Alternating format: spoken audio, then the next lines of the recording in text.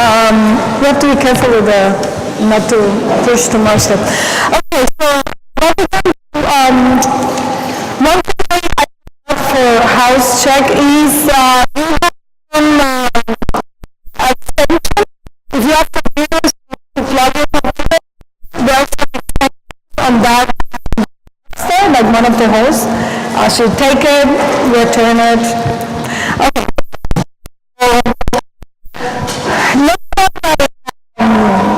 Let's start by people examples, things they think are ARTETIL. And we're going to write it there, and do our list of what. So, like anybody can what can be from the experience anybody. Okay. Instead of passive participation, it's active. Yeah, great. I think you have to have examples. users. That's a definition within the glossary. It's an active participant instead of a Okay, great. Can you give an example of something you think is ARTETIL? So, if you were to start an immigration center, then the user would be someone in need of that service, rather than just going to the museum to see a project. Okay. We're going to put it there for the moment. Then we're going to say why this form, or that's not art. So we're going to get there. Any other example of anything that can be ARTETIL?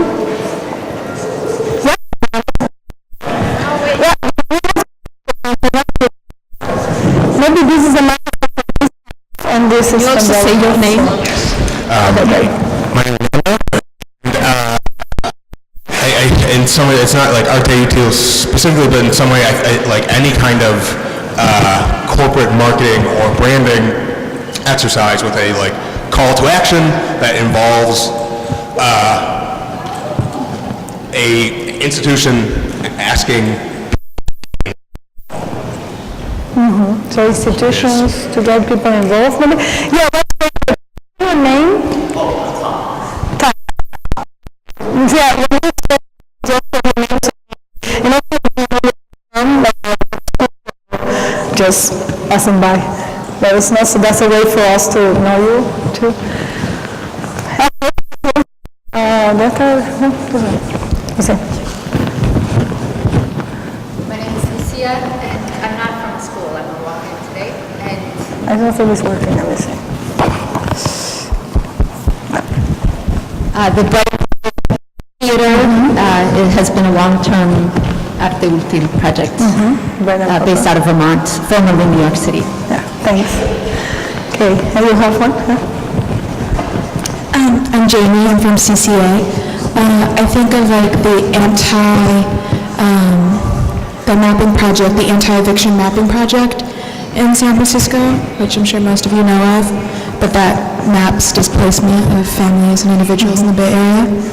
And why, if you guys can give a little explanation of why you think is ARTE and useful.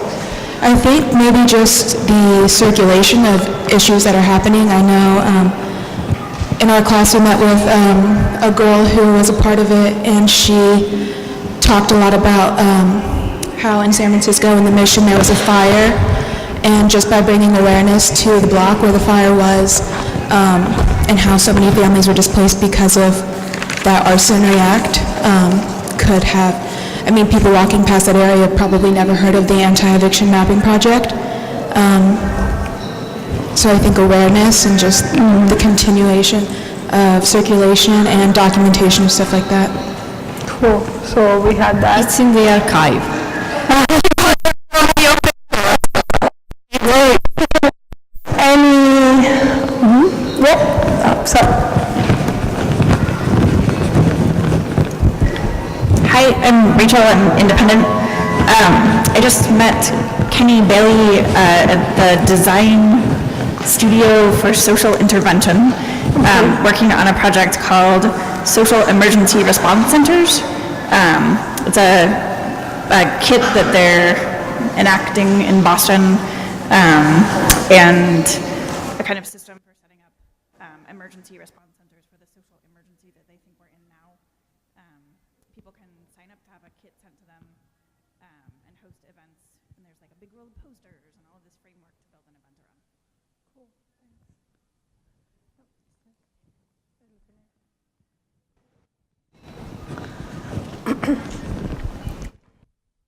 I'm Shay, I'm from SFAI. The Red Sand Project. It's a project where an artist sends out red sand to people who request it for free, and you pour it in cracks to represent the people falling through the cracks for human trafficking. And then you post it to Instagram under the hashtag Red Sand Project. Cool.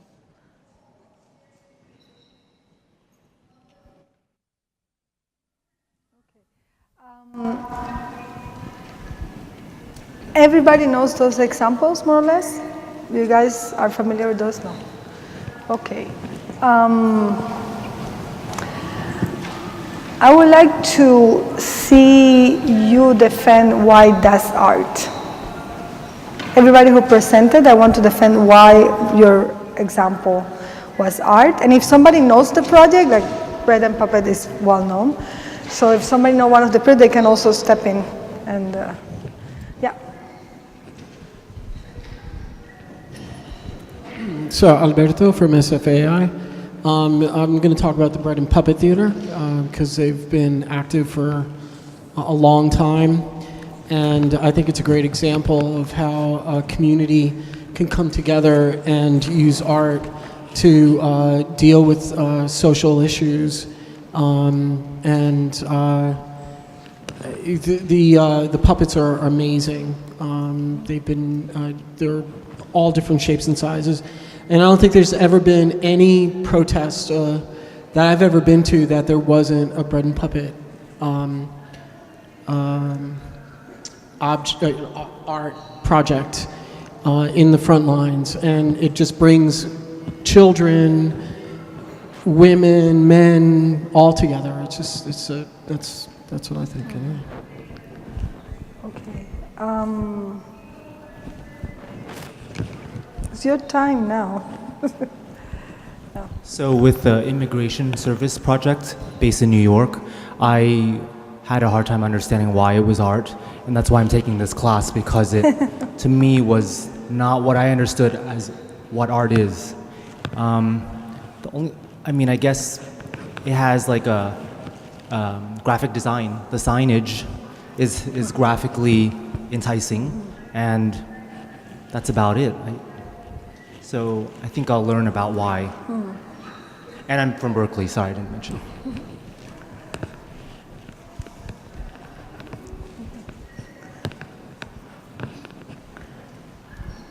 Hello, my name is Maria. I am from SFSU. And I think case studies is a great tool to speak to power. I think everybody's story is significant, especially those who are going through really bad circumstances like the Syrian refugees or just immigrants. I think storytelling is a good tool to speak to power. Yeah.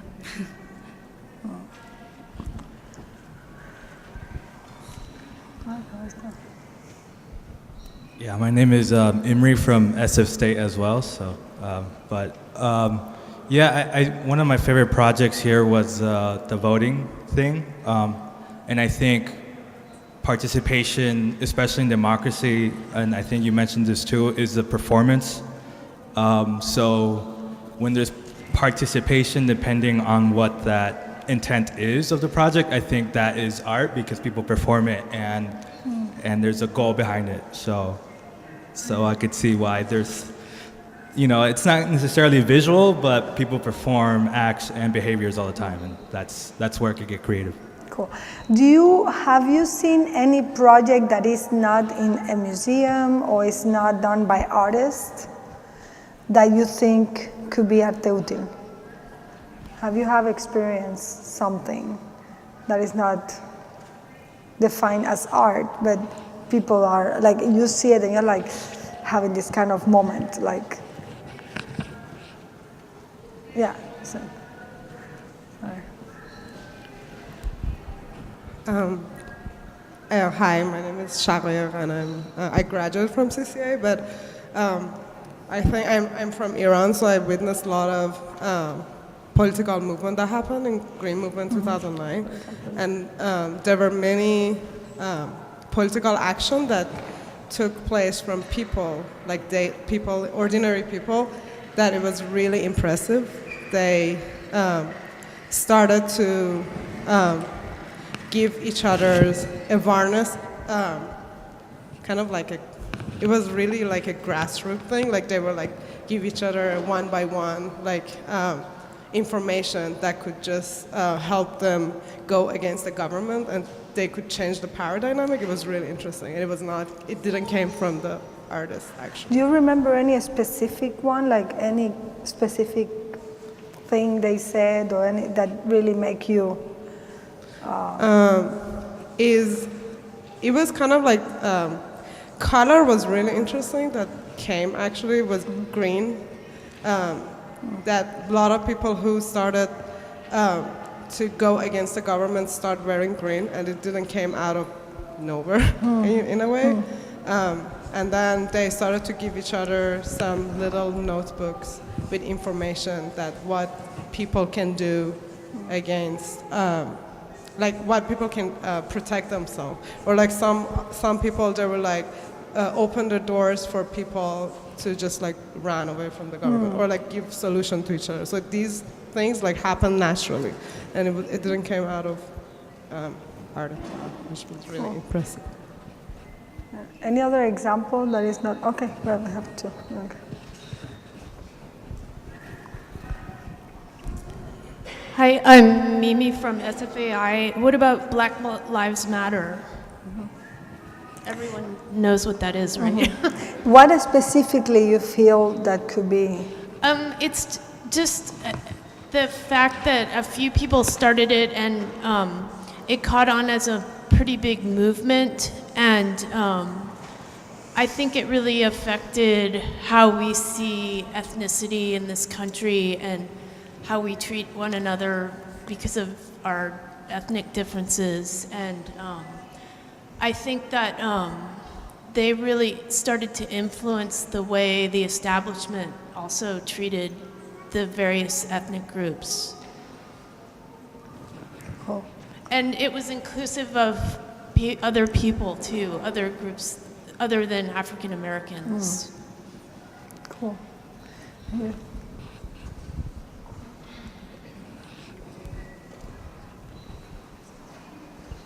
Hi, my name's Jackie. I'm from CCA. I think that I think this question is really interesting and exciting because I always think about it, and I think that adventure playgrounds for young people, like where they're given the opportunity to play freely and they're given objects and then they're freely building structures and being really creative, I think that this is pure art, and I think that a lot of people do not classify it as such. In fact, I brought it up in an art history class, and my art history teacher like really challenged this, that this was not art. So I like that I'm saying that it is.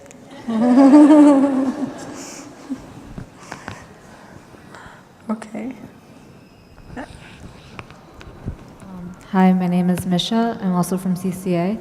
In terms of Black Lives Matter, I was thinking of protests in the form of art. I think of die-ins, which is when people lay down on the ground and use chalk to trace their bodies. And I think that's really, in terms of breaking down protests, looking at those forms of exercises that collectively unite citizens is a really good form of performative art, but also product art.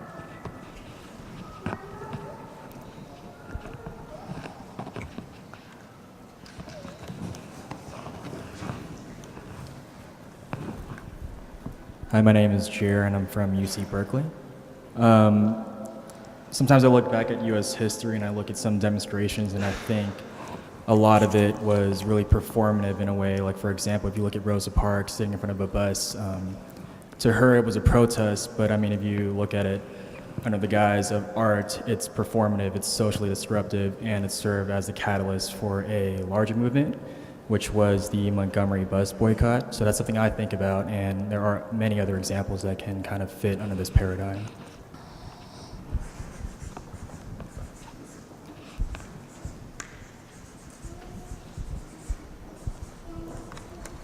My name's Jerry, and I'm from Berkeley. I just joined a person today, as a matter of fact, and on a campaign to help rid the world or rid the country of plastic bags. And well, she doesn't have a name for this campaign yet, and you might not consider this campaign art until you see the bags that she creates. They're very beautiful, out of repurposed canvas, like umbrella, colorful old umbrella or awnings that she reuses.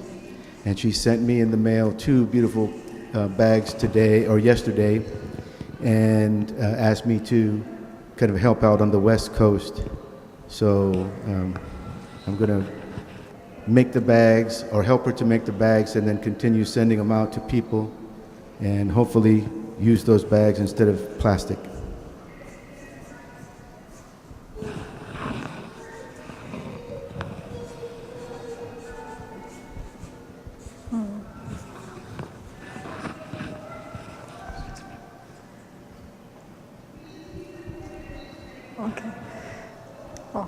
Okay.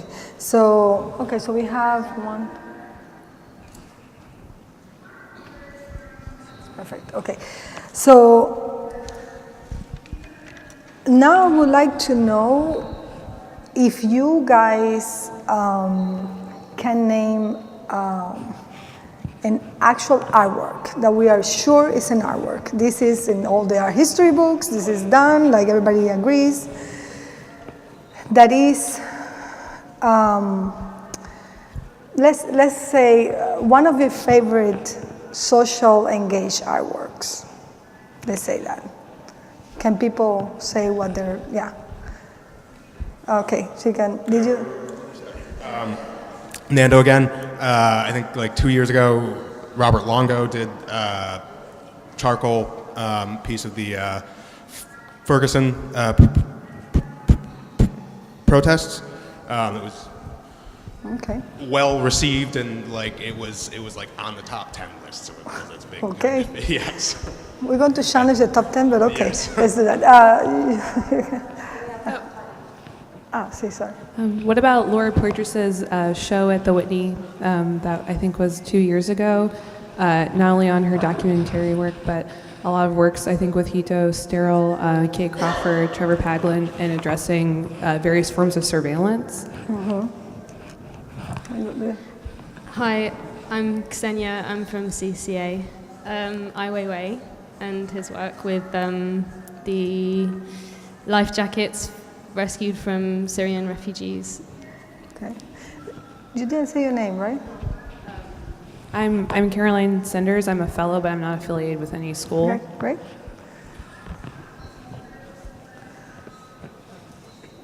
I really like John Rubin's Conflict Kitchen.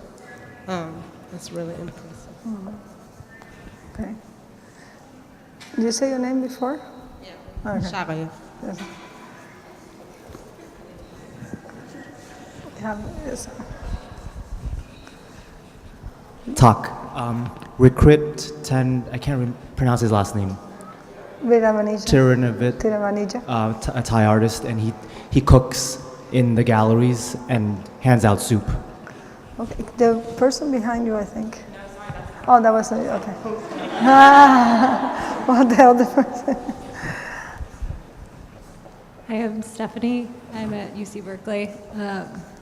Mark Dion did a piece a little while ago, Newcomb Vivarium, where he took a a fallen tree from the forest outside of Seattle and relocated it into a greenhouse and is allowing it to just create its own ecosystem in that greenhouse. Cool. Do you say your name? Okay. Hi, I'm Anna. I'm a fellow, not affiliated with a university. The piece that I always go to is Paul Chan's Waiting for Godot in New Orleans. Pardon? Paul Chan's Waiting for Godot in New Orleans. Okay. Great. Now I want you guys to tell what do you think is the most urgent thing we have to solve now?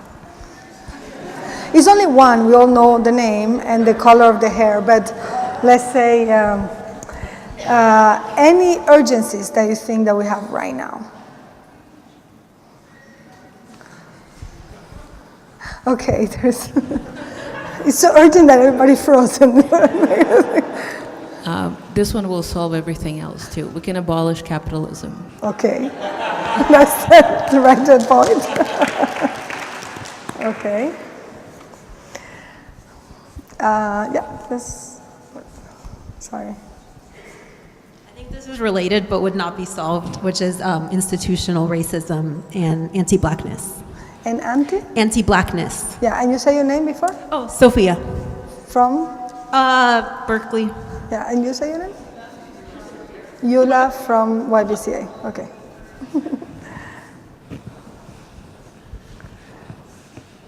Okay. Yeah. All forms of policing, so from like the Policing? actual police state to even how surveillance can fit into that. Cool. Global warming. Okay. We need to be a little more specific. But yeah, we get in there, we get in there. Yeah, on the back. No. Oh, here. Is it? Oh.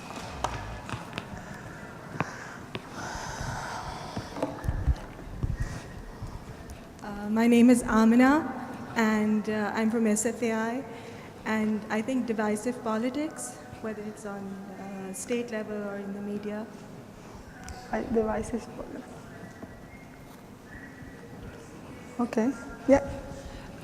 Jennifer from CCA. To follow up on global warming, I think it's about reliance on fossil fuels and synthetics and thinking about the world as a natural cycle versus an Then let's put a, yeah, exactly. Next one, okay. anti-natural cycle.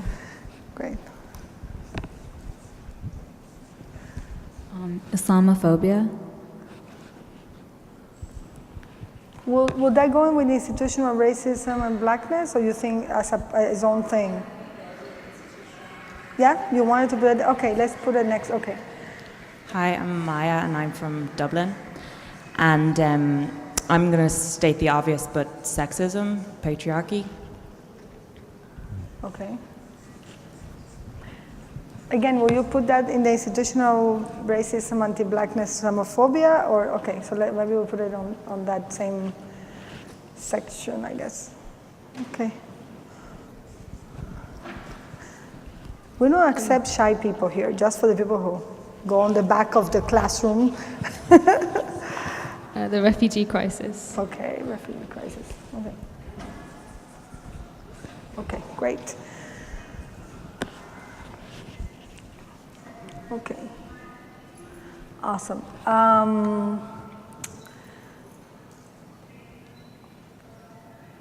Okay, great. So, I want to start the next part of the exercise, but let's see if we can do this.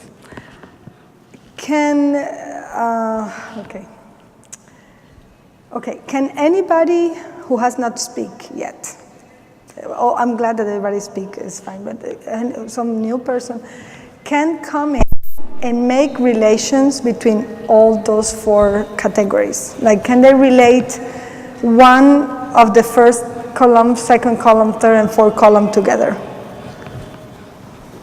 Anybody? we can use a lot of...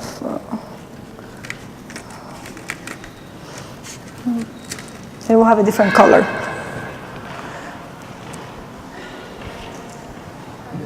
Yeah, just for them a different color. So. Or if they don't want to come in, we can do it for them. Yeah. Relate Black Lives Matter to institutional racism and anti-blackness as well as Islamophobia. Okay, great. I'm going to back up. Okay.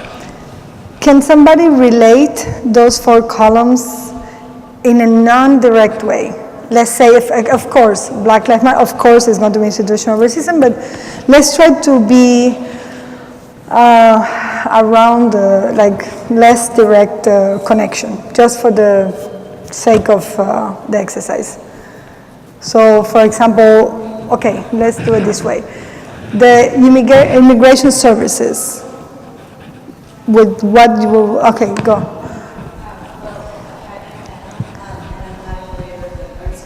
But I guess the one thing that I see is that a lot of these are responses to social issues or systemic oppression. Mm-hmm. Well, yeah, but I would like to see if you can connect, let's say, like you choose, okay, I think immigration is related to whatever in the 2nd column, whatever in the 3rd and the 4th column. Can you do that? You want to do that? You want to do it? Yeah, okay. I think the institutions to get people involved, obviously it's pretty broad, but that with something like the playgrounds and then like the kitchen, and then I think you could relate that to the institutional issues that we've pointed out, because they're all speaking to kind of groups and institutions that like utilize things but also have created problems. Cool. Okay, so let's do this first reiteration. It doesn't have to be only one. We can do several. So it will be institutions to get involved, adventure, playground, and then we can do this.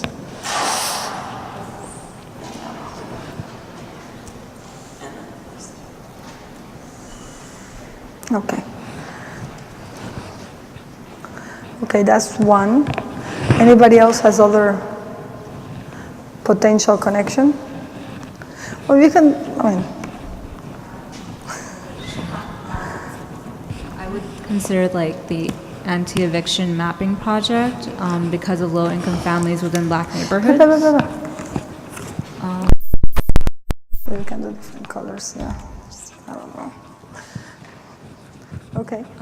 So yeah, the anti-eviction mapping project, to Black Lives Matter. And then that would connect to Chalkwork of Ferguson protests. And that would connect to institutional racism. Can we? Yeah. Mm-hmm.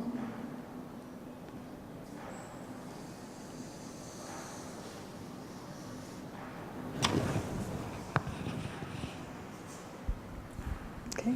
Anybody else? Okay, great.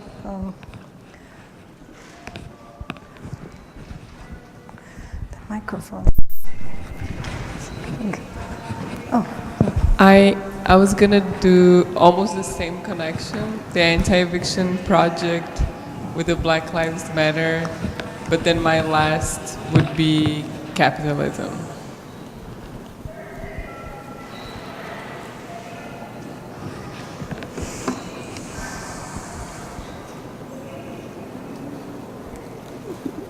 One is missing, no?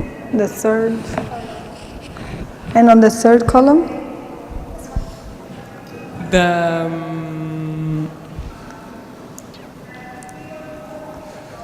I would say refugees. Syrian refugees. But they have Syrian refugees? Okay, Syrian refugees maybe. That one, very good. Okay, cool. Okay, let's go. We have to do all of those. Okay. Hi, I'm Joanna from SFAI, and this is a little abstract, but thinking about color, the Red Sand Project, the Iranians wearing green, the life jackets, I see the orange, and anti-blackness. Okay, great. You say you, okay. My name is Randy, and I'm also here independently. I'm seeing a connection between the Red Sand Project with the protest die-ins, and then from there, life jackets, Syrian refugees, and from there, the refugee crisis in the fourth column.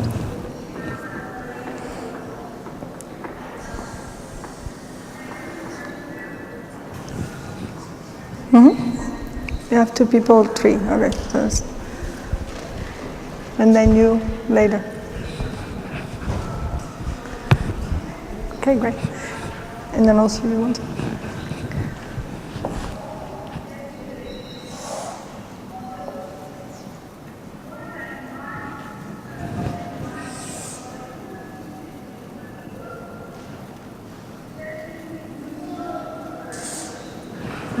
Okay.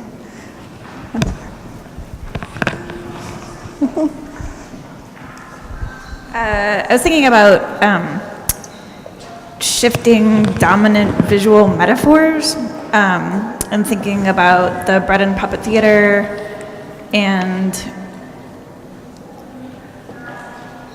wearing green. I can't see.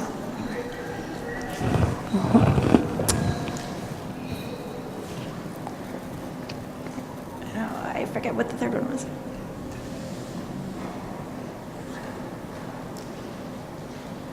I think the chalkwork one.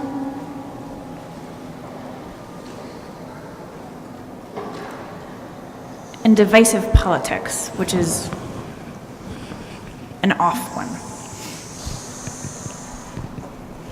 Somebody, I'm Camilla. I'm from CCA. I see one between the social emergency response centers and the grassroots info exchange in Iran, to the surveillance show,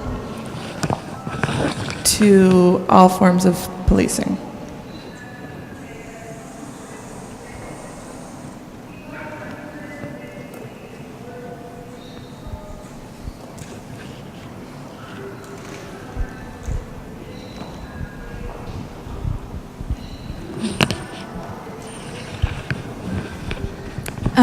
Can I do users of immigration services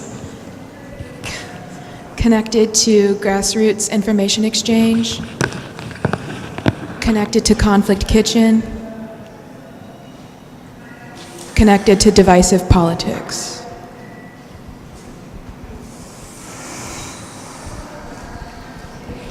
Okay. Okay, great. Okay.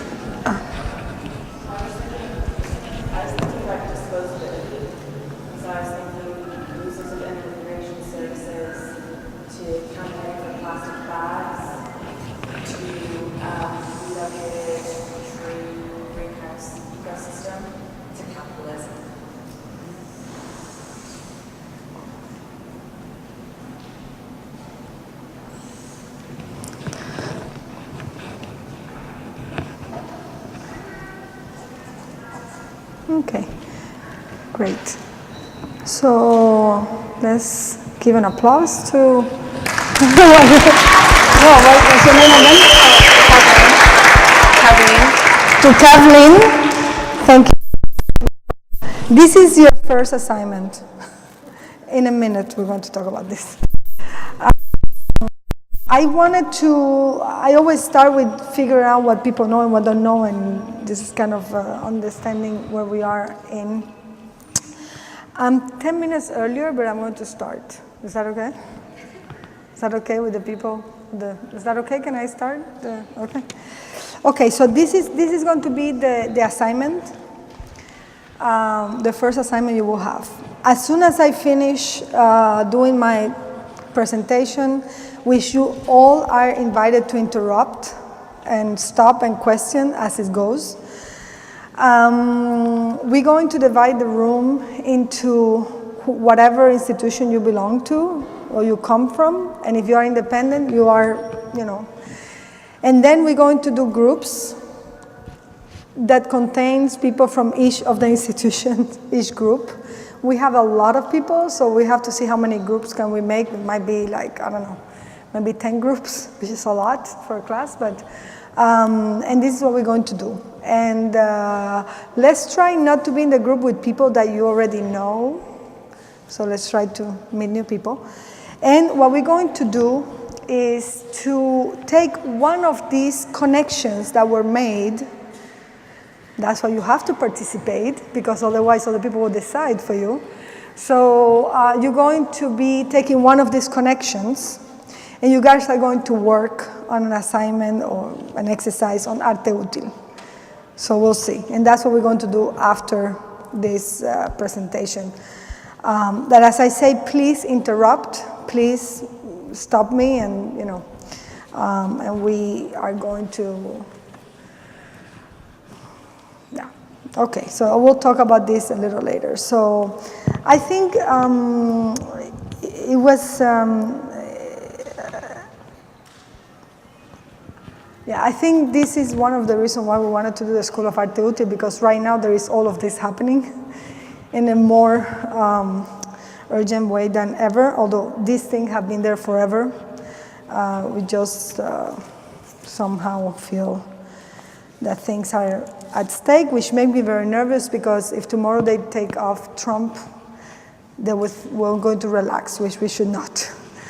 So, also because it's Pence. So, sorry. It's not an art school, so I can say whatever I politically. So, and yeah. So, okay, so basically, do you want to take 5 minutes or something? No?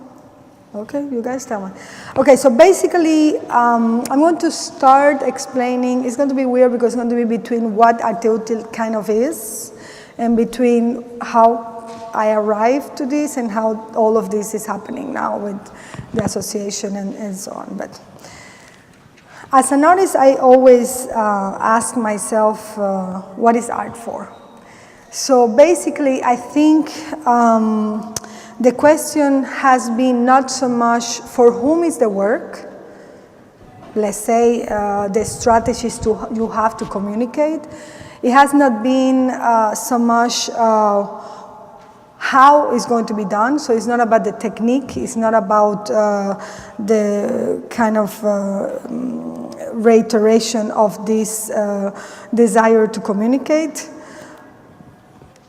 It's not about when to do the work, because also I'm a very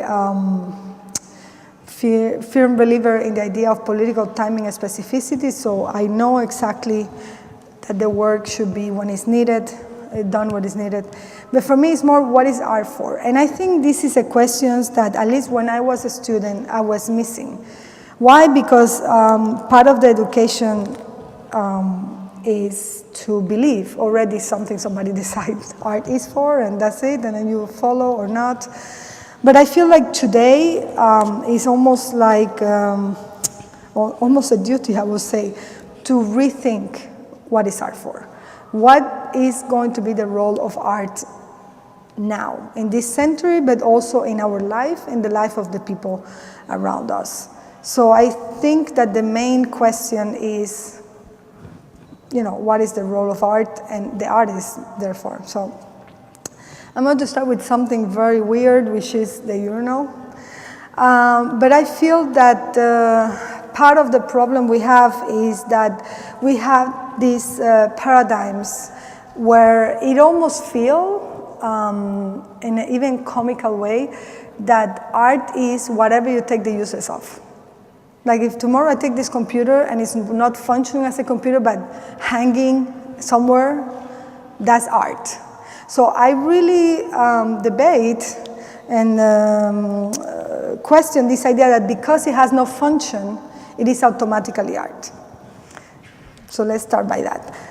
The other thing is, in the other side, you always have this other kind of project, in this case, the Ajit Train from the constructivist group. And you have these other kind of projects which are social, which are really contrary to the urinal that is putting life inside the museum. This is kind of like, okay, let's bring art outside to the people. But what happened is that both of those have defined almost like two parallel discussions that are confronting each other most of the time, which is, okay, people who believe that art is to be looked at. So it's basically a kind of passive activity that entails privilege because you have the opportunity to be in front of something special. But the objects, they don't demand from the object anything else but the mere presence and its aura, etc. But then you have people who say, no, art is to be used for something, to be put at use. The problem with that discussion is it's 100 years old, and we're still stuck on it. So I think it's time to move on from this kind of discussion, especially because I also feel that one of the main questions that we should have today, because all of these are strategies, none of these are the actual art, these are strategies to communicate things, etc. But I almost feel that the question that we need to have now is thinking about what is the afterlife of art. A lot of people are focused on the making of the art, or they're focused on what they feel like this need to do this art, and they concentrate that, or they concentrate in kind of producing the work, creating the work, and exhibit it. But for me, the question is, can we focus on the afterlife of the art? And of course, going back to this previous example, generally these two fighting friends are saying, well, of course, the afterlife will be only the market. People who don't believe in objects will say, of course, they take the value of the work because there is no afterlife but the market, and other people think that the social projects or political projects only get to be propaganda, therefore they are not art. So both of them invalidate the art anyways.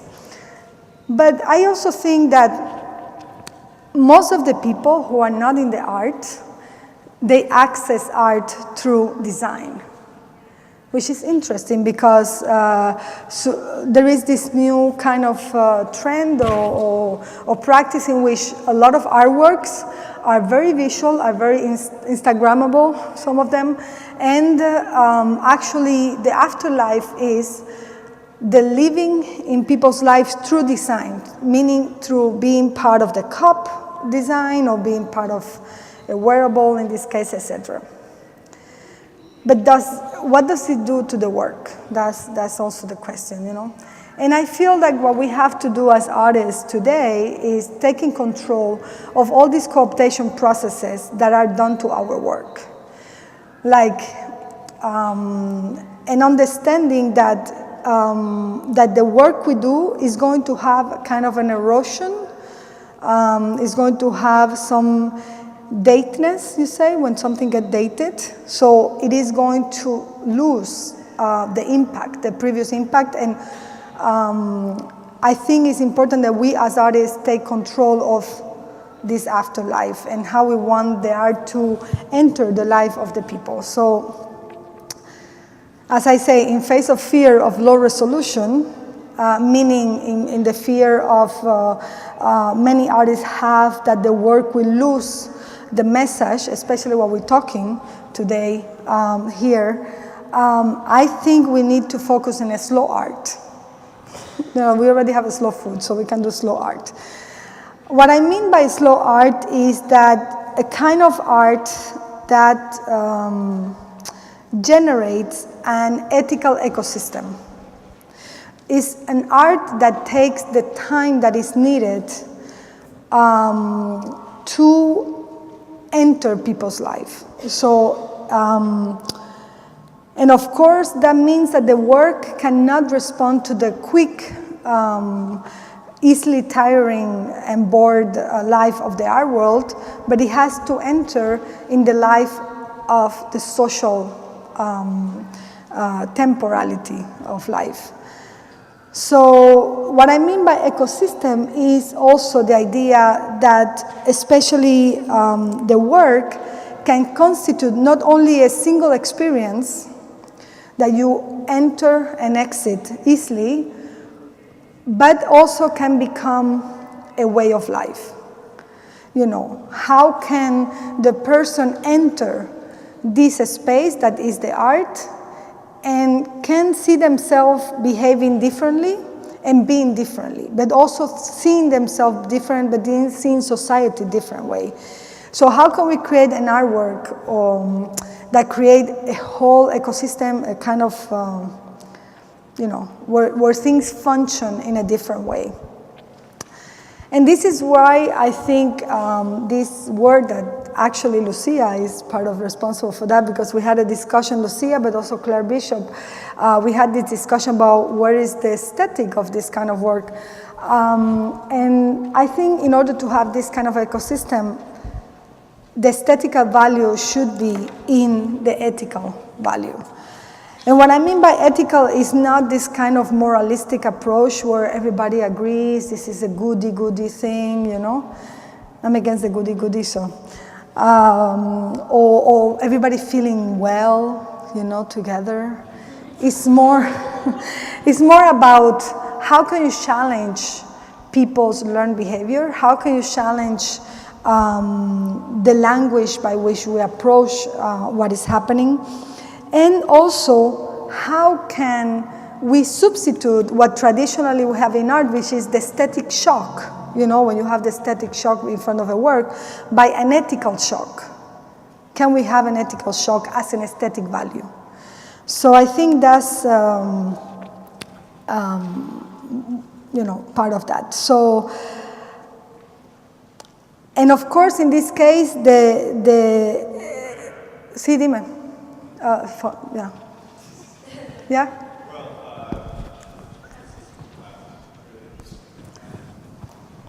Name and... hey, I'm Raphael.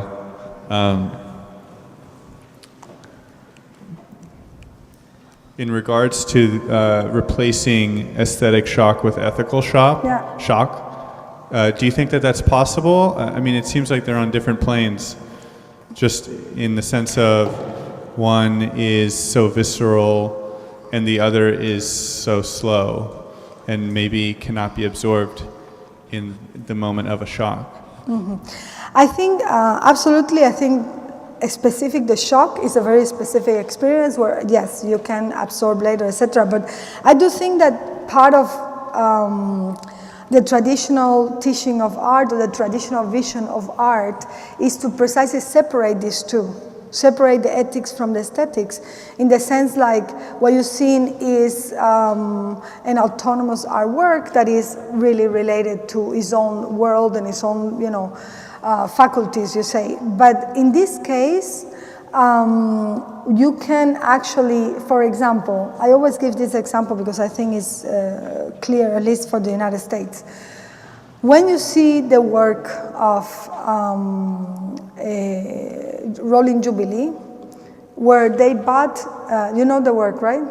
So they Just bought... say the name again? Sorry, Pardon? I didn't hear the name. The Rolling Jubilee strike debt. So what they do is they are using the same system the banks are, this is very quickly say, they're using the same system the banks use to buy what they call garbage debt. So they know they are not going to get the actual full value of what is owned. And this group of artists and activists got together and worked together with one of the people who are in this world. And actually, through an open call, they made this kind of collecting money from the internet and anonymously, and they bought the debt for education and health from like a bulk of debt. And then after they did that, they liberated the debt, you know? And they call people and say, you have been liberated from your debt. Do you find an aesthetic value on that? No, it's very ethically shocking.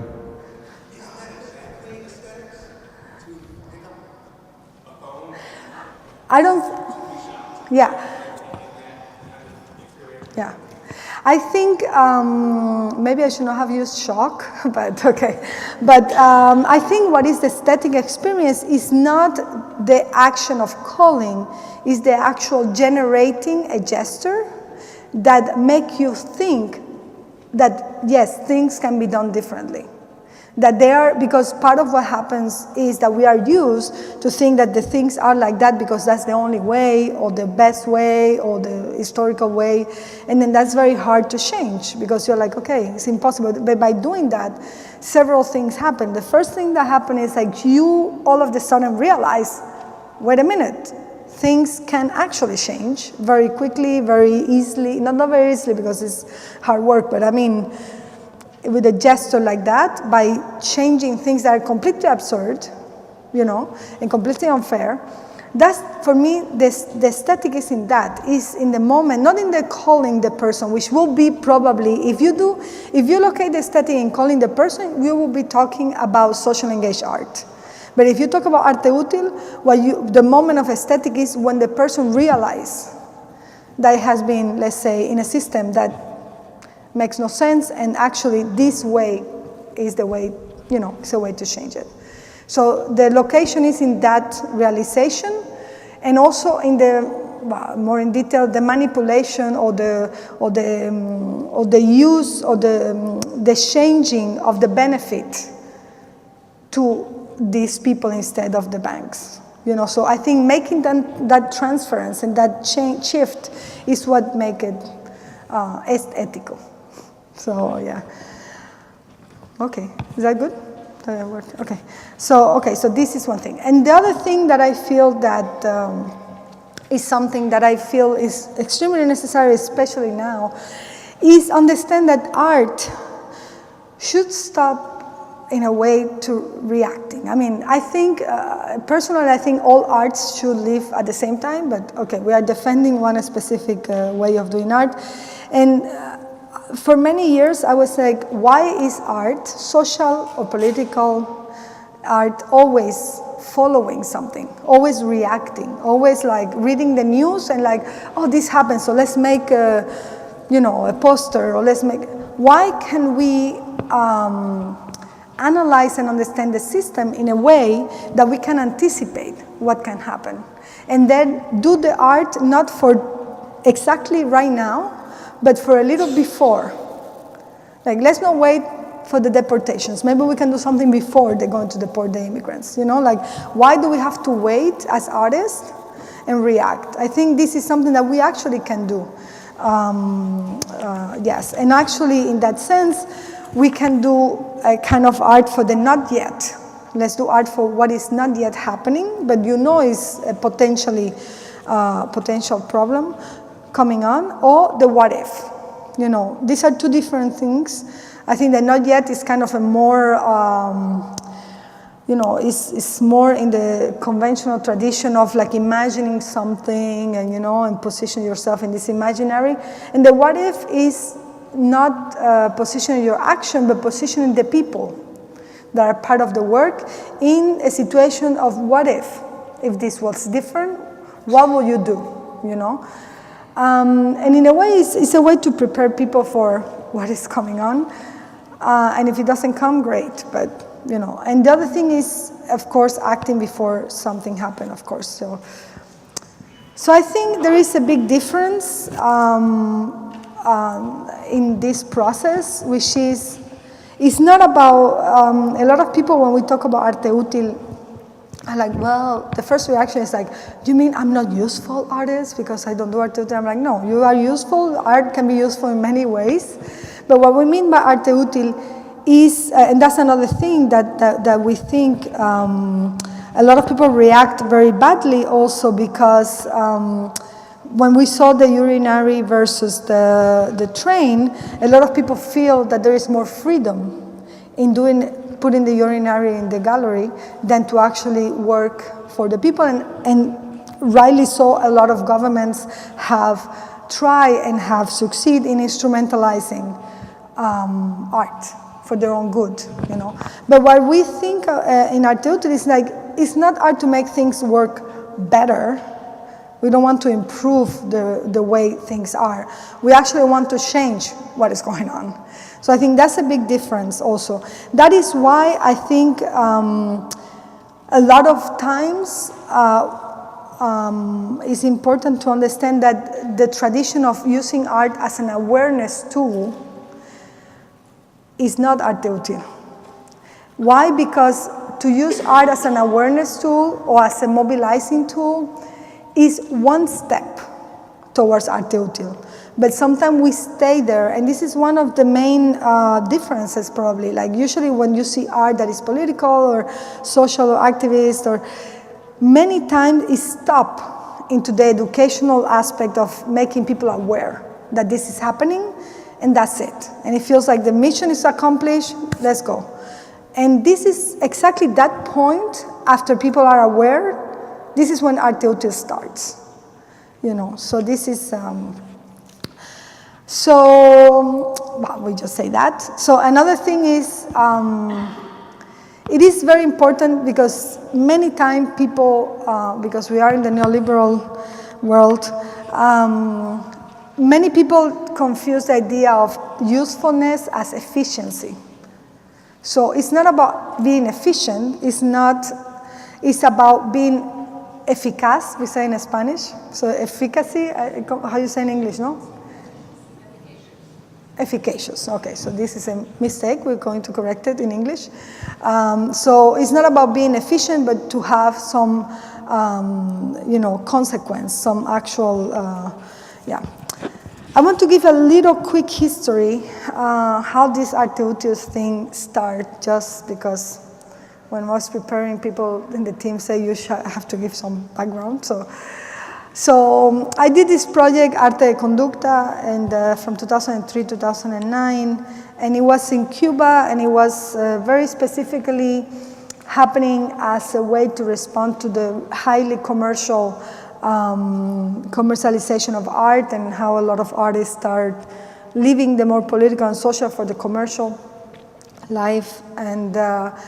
And basically one of the things that happened is one of the first group that came is called Democracia, and they're from Spain. And in our time after the classes and stuff, we had discussing, and a lot of time we were talking about coming from Cuba. Also, it's important that there you have this kind of, at some point, now we are completely capitalist and neoliberal, but at that point it was this kind of mandate that art should be for the people.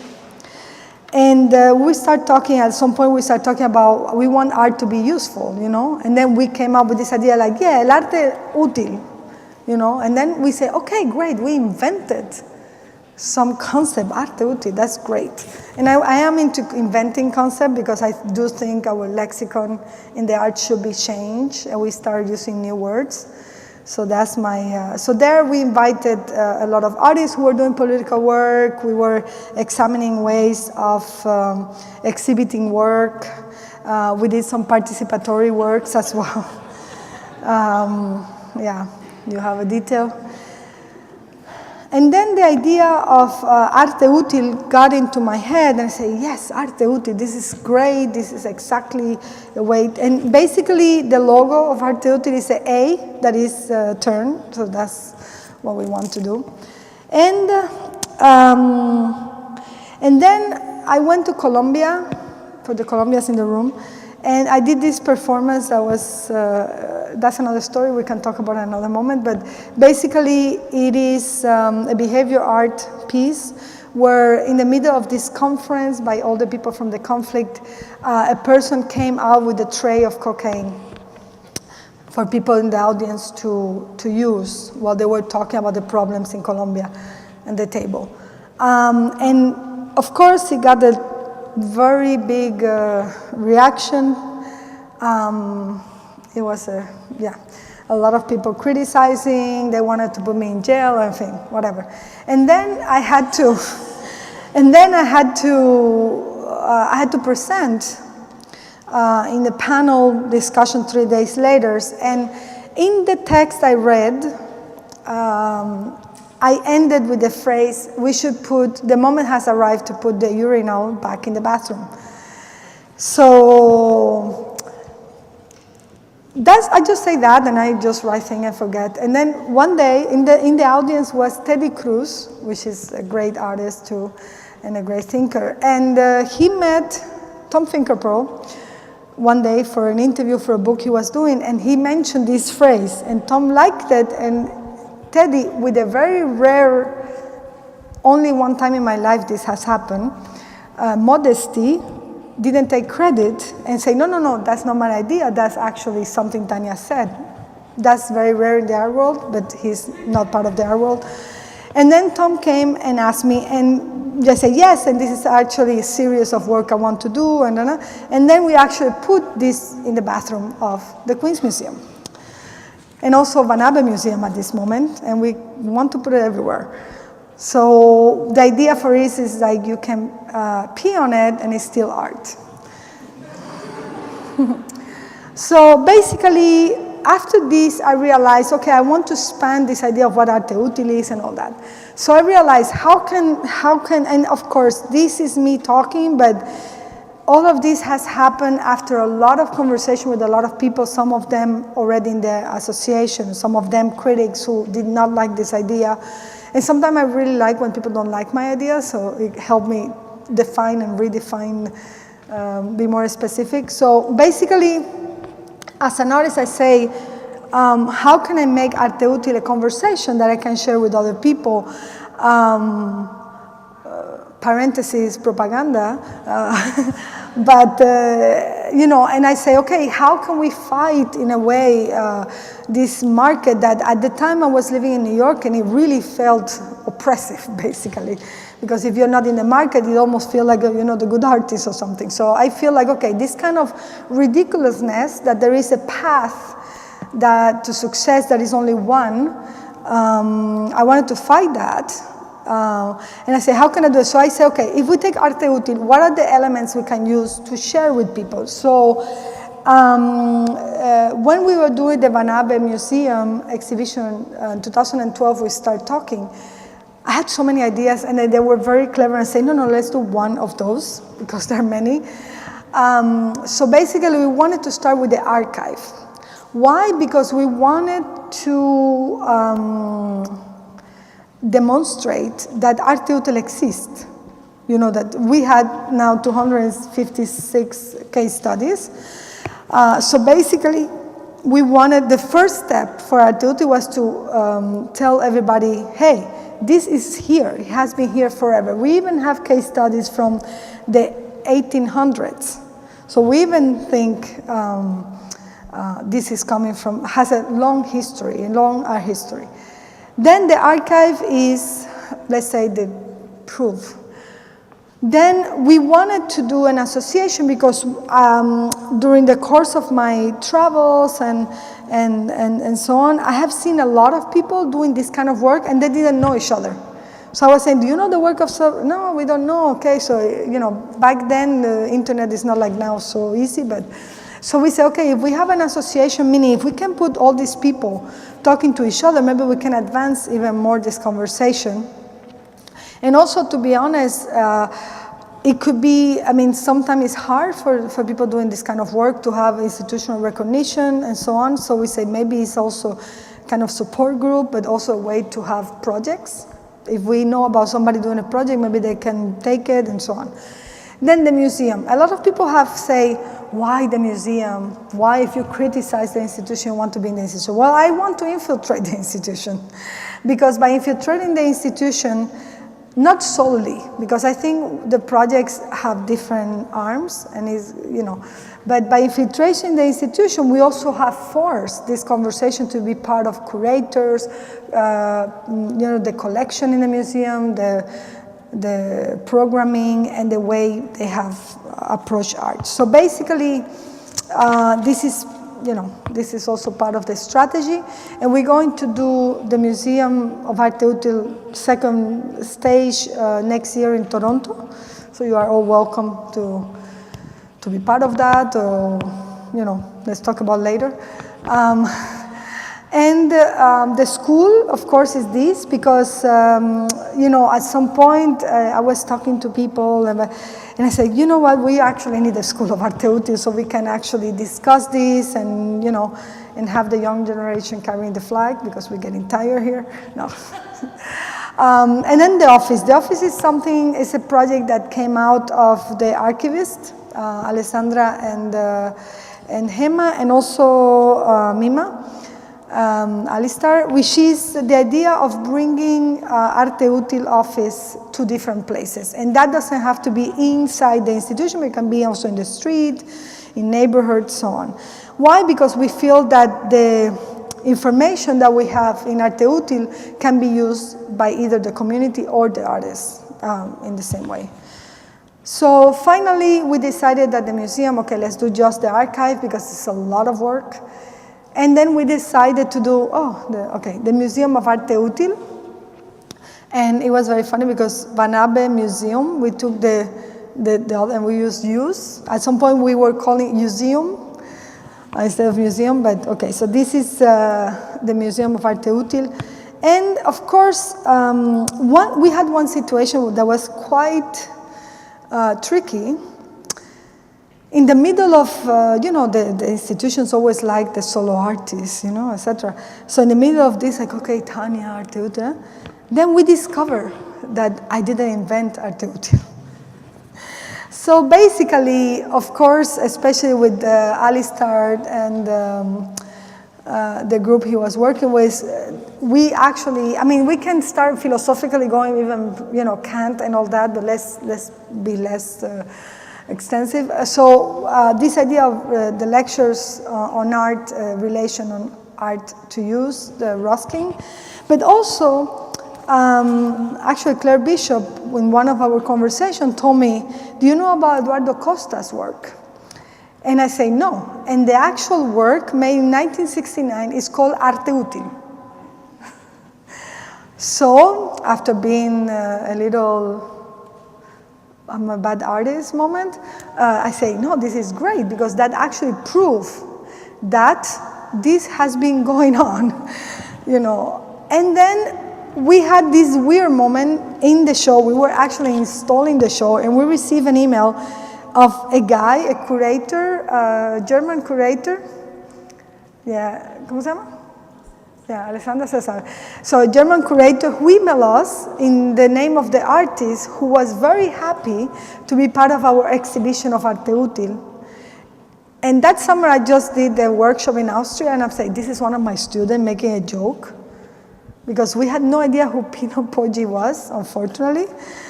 And I said, this is a made-up person, of course. It all looked weird. And then we actually got in contact. We have a very good team of researchers in the group.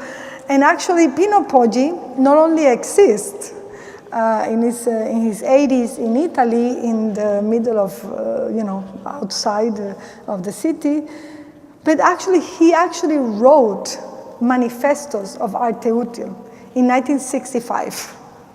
So it really actually made me extremely happy because actually 2 people by then, three, but especially 2 artists in 2 different countries who didn't know each other's work came up with the exact same name.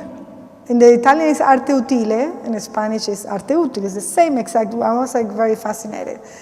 And then on top of that, I discovered at some point that John Perrault, who was an artist and curator, actually did an exhibition in 1981 called Useful Art. So, you see? The first thing that you have to do as an Arte Útil person is you don't need to be the unique person to do anything, but become part of a conversation. So I think we have all of this. The difference is that, for example, in the case of the exhibition, it's called Useful Art, but the way they approached usefulness was to beautify things. So art as a beautifier of things. In the case of Eduardo Costa here in this project, he actually wants to fix part of the street, as is our project. So I think this is kind of the two areas of tension of Arte Útil. People who think usefulness is only to use the tool of art to make people's life more enjoyable, etc., and people who wants to use it to fix, which is our, And of course, when we did the exhibition, we divided the exhibition space in rooms, and we try, because also we try to prove that it's a practice that have many different strategies and has many different ways to be approached. So we don't want this to be an orthodox way, like only Arte Útil is this. And one of my favorite, and of course you have use it yourself, we have things like Yo Mango, which is a strategy to steal from the stores without getting caught, as an art project of people in Spain. We had Institutional Repurpose, who are people who actually try to work with the institution to challenge them. We had the Propaganda Room, which is all our beliefs and all the history and the timeline of the practice. Alegal, which is something you're going to get hopefully very familiar with. Alegal in Spanish, there is no English version of this, no translation, but alegal means not something that is a loophole, but something that the law has not yet envisioned. So this is art that's been done before the lawyers figure it out. Maybe pre-legal, okay, maybe that's a way, pre-legal, I like that. Is that? Yeah, exactly. So this is the good thing. So you do this, and even if it's challenging and going against the system, it's not illegal, so you cannot be punished, let's say. And my favorite room was the room of controversies, because during the process of doing the exhibition, we had a lot of projects that part of the team decided is Arte Útil, part of the team is like, that's not Arte Útil. So we decided to put these projects inside a controversy room. And part of that controversy is when artists do not intend their work to be useful, but the audience make it useful. An example is NSK, which is a group from Slovenia. And they have created this kind of fake utopian imaginary place for which they have created this passport. But as being good artists as they are, the passport is extremely well done, perfectly, very, very well done. And it was also at the moment of this time where a lot of countries start disappearing, Yugoslavia doesn't exist anymore, and all of this confusion in the world, like the world is changing. And they exhibit this in Africa, in South Africa specifically, for the biennial, and a lot of people start figuring out, oh, this passport is really good. So they start getting people asking for passport, because anybody in the world can say, I want my passport, you know, this kind of artistic thing, or you're happy, like, let's have my passport from Global Citizen, okay, and it's all fake. So a lot of people were like, we want the passport. And they were like, why do we have so many people from, what is Nigeria, was it? From Nigeria asking for the passport. And what happened is like a lot of people were using the passport for real. Because there was this moment where sometimes you cross and they didn't know this is, you know, literally a world moment where things were confusing in terms of countries and so on. So they actually were able to enter places. So in this case, the artists did not want to be useful. They even went there to stop people using it. People didn't care. They were using it. So, yeah. And then we have the idea of a space hijack, the archive room, of course, which is the most open space, legislative exchange, and reforming capital, which is, for example, reforming capital, we had this fantastic work from an artist designer from Mexico, Fernandez, Carla Fernandez, and for example, what she did was great, because she realized that a lot of design companies have been taking the traditional indigenous patterns from the community and then make it into very expensive things, or they ask these people to do, because it takes a long time to do it for real, so they are in a hurry, so they copy the pattern.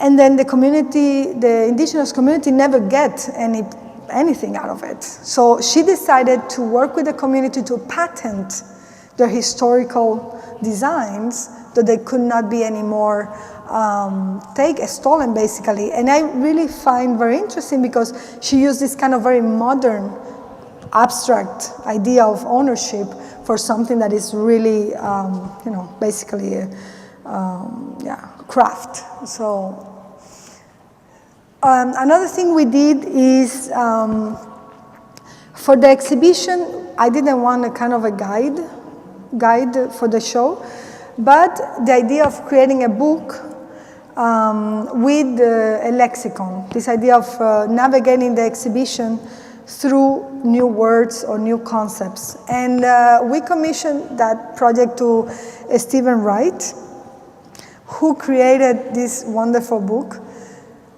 And one of the things that I like the most, and actually this is how this idea of the usership and all of this came out for this in the discussion, but one of the things we all like a lot about this lexicon is that he retired some concepts.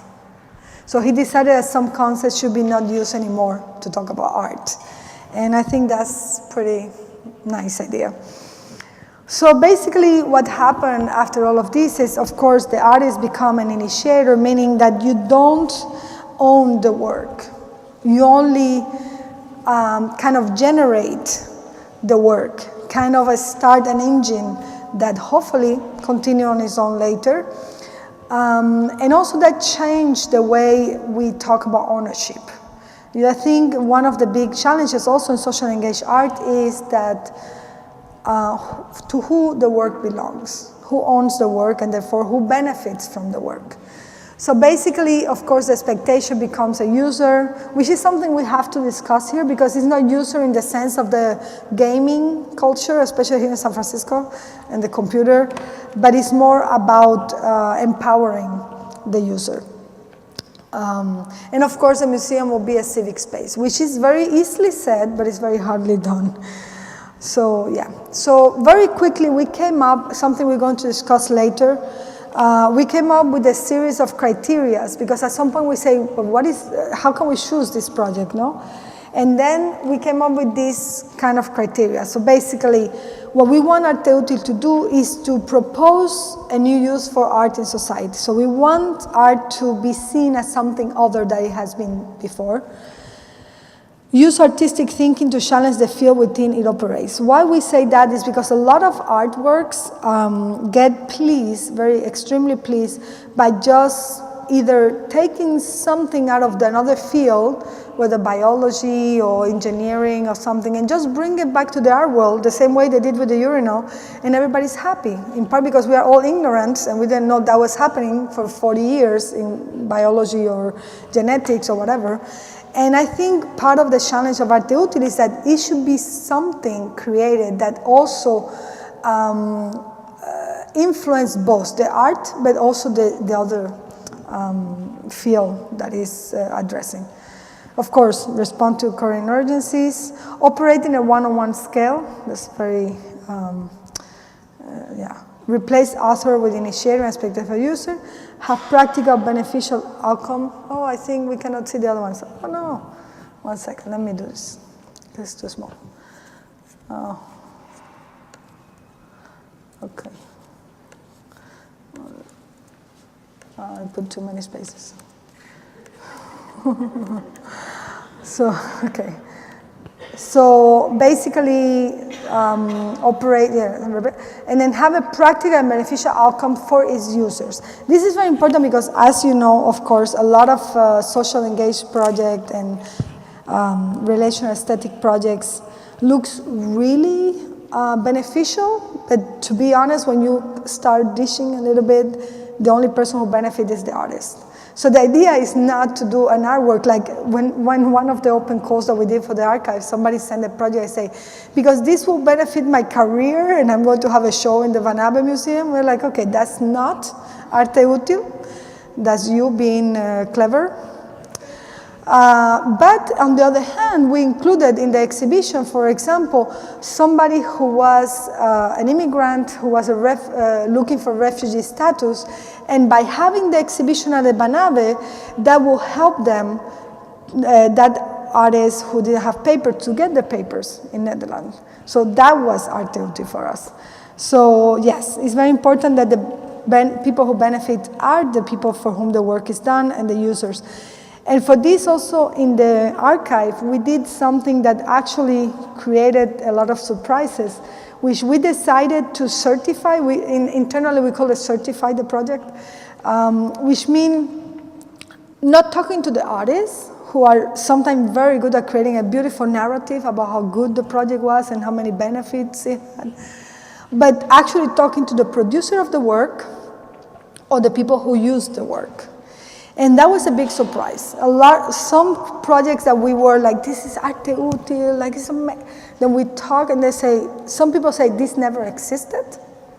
We actually find a project that never existed, but the person has a beautiful photo of the community doing that action.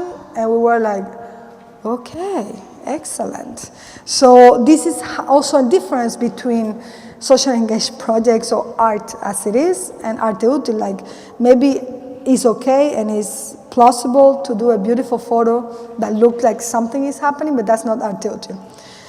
So of course pursue sustainability, that's something we're going to talk later. This idea that it's not the actual thing that happens, but it's something that, you know, is taken by the community and even reproduced sometime by others.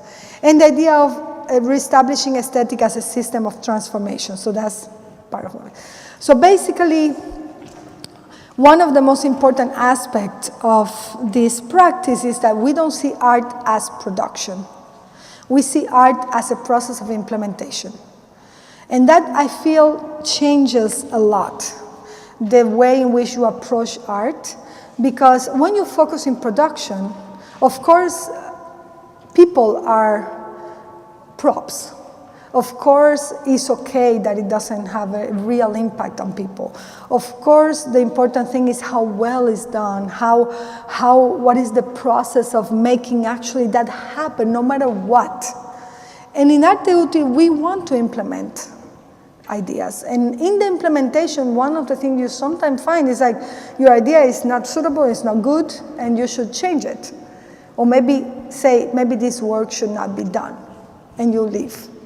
So I think this also already put you in a situation, an ethical situation that is very different as well. Because it's not just making something, make something exist out there, but it's actually understanding why this work has to exist. And one thing, just to finish this part, is that one of the things I want to focus in this week is to make to differentiate among ourselves between relational aesthetics, public art, social engaged practice, and arte útil. Because they all kind of look alike, but they are not the same thing. So I think that's hopefully what we can do this week. Okay, we can take questions if you want. Or not. Or not. Or we can take a 10-minute break. Okay. Oh, question. Oh, two questions. Okay. Everybody's okay? We can wait for the minute break, or you want? Okay. Okay. Tania, could you elaborate on when you were in Cuba and you had Democracia there, and somehow you start talking about arte útil? Can you talk a little bit more about that moment in which things started to be formulated? Yeah, that was with the Arte de Conducta, Cátedra Arte de Conducta, and I unfortunately have very bad memory, and that was in 2003. So it's very hard for me to exactly remember, but we were talking a lot about this kind of, we were very uncomfortable with this kind of, I mean, of course, 2003 is not now. Now more people are into political and social stuff, but at the time we were really trying to think why relational aesthetic didn't work for us, basically. And we were trying to see because at that time, in the end of the 90s, relation aesthetic, at least in Latin America, became super huge, I think in the world. And we were trying to find out the things that didn't work for us, but also, honestly, we were talking about this kind of paradigm of socialist country where art is for the people and how to really negotiate that. What does it mean, you know? And that's how, during beers, that idea of utilidad, ser útil, and this is, of course, something that is not alien to the political discourse in certain places, but yeah, and we were talking about kind of, I think, at least in my, I don't want to talk for them, but I think in my part of the conversation is my uneasiness to see how quick things were accepted in the art world and how low the bar in a way is in terms of like the expectation of what can art do, you know, and my frustration of like, girl, I can do something, you know, is the outcome irremediable commodity, like can we do something else, you know? So I think it came out of all this not having answers, basically. Yeah, and actually during the period of the cátedra, we tried to do useful exercises, I mean ARTETIL exercises, but it was not so clear to me, you know, it was kind of in the process, so. Sí, ¿tú? Okay, so relational aesthetic, and we're going to talk this more tomorrow, but relational aesthetic is a concept, designation that was created by Nicolas Bourriot in the 90s, in the early 90s. During one, he put together a series of ¿cómo se llama? Articles about artists that he did into a book, and he called it Relational Aesthetic because he was talking about this idea of basically one way of social, using the social space as part of the art in a group of people. Well, we can talk about this tomorrow in more detail because I know a lot of people have opinions about that in the room, probably, so we can make it a more, promise tomorrow we'll talk about that. Yeah, but it's a term that has been used a lot in the art world to define a practice, social practice, or social tendency in the arts. Sí, okay. ¿Dónde están los micrófonos? Okay. So, okay, you can do that. I have a fuzzy question. Okay. That's about operating at a one-to-one scale. Mm-hmm. It makes sense to me, like very intuitively and in my body as the right way to work. But it also feels like a very like unacceptable and kind of foreign way to work as an artist. So I just want to open in one a sense conversation there. Cool. Can you be more specific? Like, how does it make you? Oh no, we need to turn that off. Maybe here. Okay, maybe that one. Okay, sorry. Can you be more specific on how that make you uncomfortable? No, it makes me very comfortable. Like it makes sense in my body. It makes sense intuitively to not work at to not make work that's a representation or a projection, but to actually be like doing and enacting the work in and of itself. And I feel like that's one of the places where ARTETIL like breaks wildly with most artistic practices. But I find it very hard to talk about that part of it or to have like more context and understanding there. So I'm not sure that I have a clear question there, but if you have thoughts about that, I'd love to hear them. Well, I don't want to say everything is going to be done tomorrow, but part of what we're going to do is discuss also like more in depth each of those 8 points. But very quickly said, I think one of the the one-on-one system is, I think, is really effective because it's also taking into consideration reality instead of just, and it's kind of how can you put together desire, imagination, and reality, you know, but going back to reality all the time, you know. So instead of being just, you know, either this kind of hyperbolic proposition where it's so big that it's never going to be done, or, you know, we even use sometimes this idea that, again, is not something we came up with, but it's a concept of realizable utopias, no? This idea of like, we don't want art to be this kind of so far away situation that would never be happening in this kind of aspirational way. So yeah, so this is, I don't know, is that, okay. And you wanted to say something? Okay, like.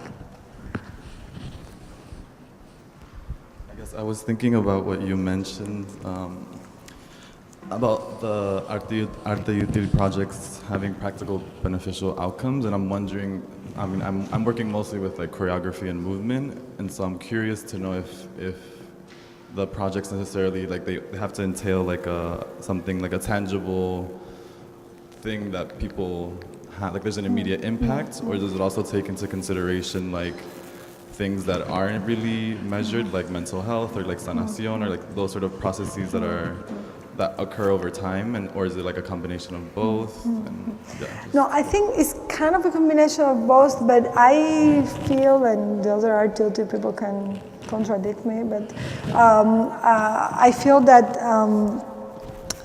the idea of art, the usefulness, I mean, of course, every art can be useful, and of course, already by confronting something that opens your minds, that's useful, and change your way of seeing things.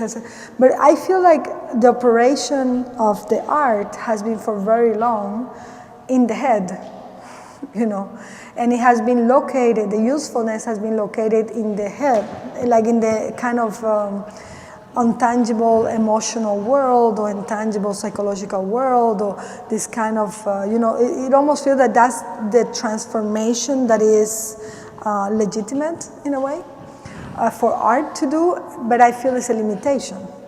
And for ARTETIL, ARTETIL is a work that is, yes, it can also bring this kind of benefit, but its main challenge is against the structures in society, the institution of society and the actual structure of society. For example, Nuria Güell, which is one of the main artists that we use, and this is something also that happened in the archive, that we realized that there were artists who kind of use all of the 8, like there are artists like Joachim Closure, who is going to be here teaching, that actually had the 8 parameters, and there were other projects that maybe had 6, you know, not every project has all of them, but for example, Nuria is one of the people who work in this mentality of ARTETIL, and she did this project in Spain in collaboration with the activist group that were working against the banks taking people out of the houses. And for example, she came with the idea of understanding that the law said that trespassing meant open with violence. Like trespassing is like violently open a door and getting to another space. And then she decided to use, in this case, her you know, as an artist, the potentiality of. She entered to this empty building where people had been already taken out. And she did this artistic gesture that is taking the doors of the houses for an exhibition, because it's an abandoned place. Of course, that's illegal, but okay, it was kind of. And then, as soon as she took the doors out, the people she was working with, the activists, were informed, and the families could come back legally, because they never trespassed, they never forced anything. So yes, the benefit is they feel great, but that's not the actual point. You know what I mean? The actual point is they benefit, but they benefit beyond feeling nice and well and thinking differently and feeling. is an actual benefit, you know. And the difference between arte útil and art that is instrumentalized by governments and by corporations and by people in power in general is that it doesn't respond to the people in power, it responds to the other people, the people who never had the chance to, you know, to open those spaces. So I don't know if that is more or less, yeah. But the primary benefit is not the psychological, emotional, is of course that also come with. When you go back to your house and you have a house with your kid, of course that's emotional as well, but that's not the main focus, let's say, because I feel also that that's kind of limiting the work and also very easily feeling satisfied. Because how can you measure somebody's happy or somebody's benefit in that sense? You know, it's more, yeah, I want to, oh, you also have a question. Okay, great. So, my question is just to do with the relationship between your work and the gallery space. This one, this space is specific or in general? Yeah.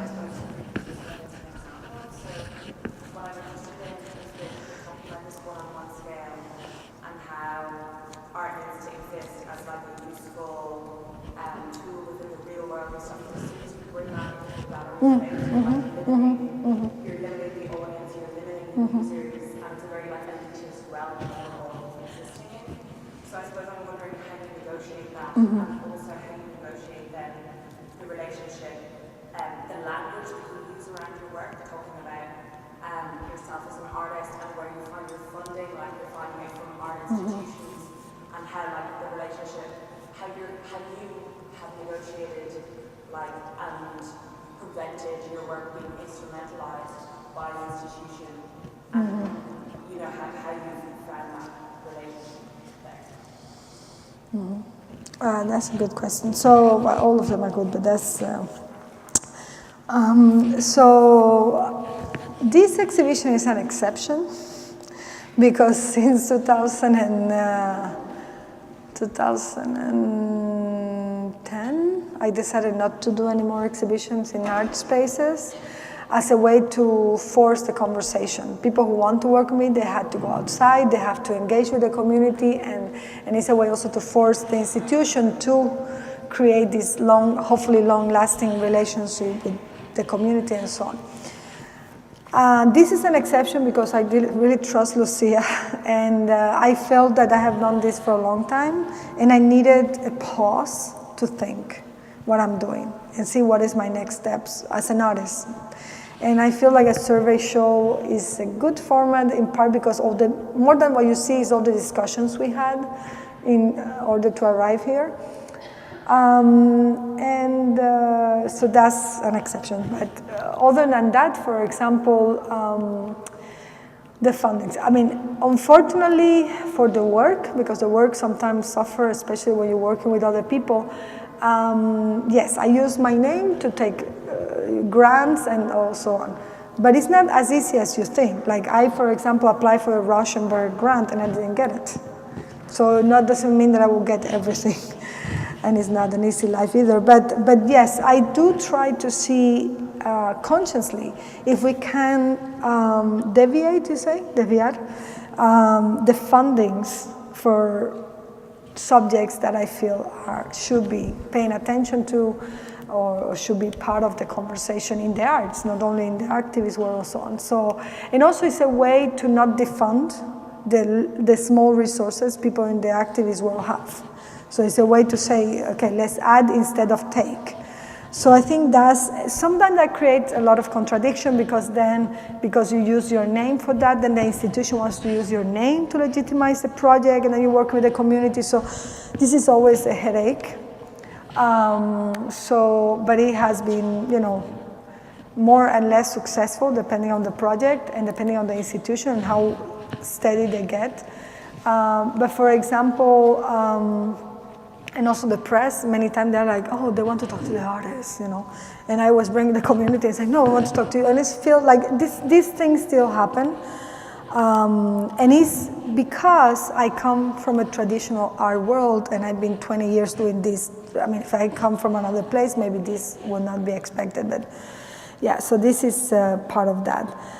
So yes, how to be instrumentalized by institution. Yes, there is always some sort of, taken from the institution, they use you. But I always feel that, for example, when I work in institutions, I always try to see what can be changed in the institution. And almost in a way, I try to put their propaganda at test, So this is, I think it's a mutual use, instrumentalization. I try as much as possible not to be too much instrumentalized, not to be used too much, especially because I make them crazy in terms of like saying yes to things. I know they're going to say no, and we use all the time on that. But I think it's something that you have to put in the basket in a way.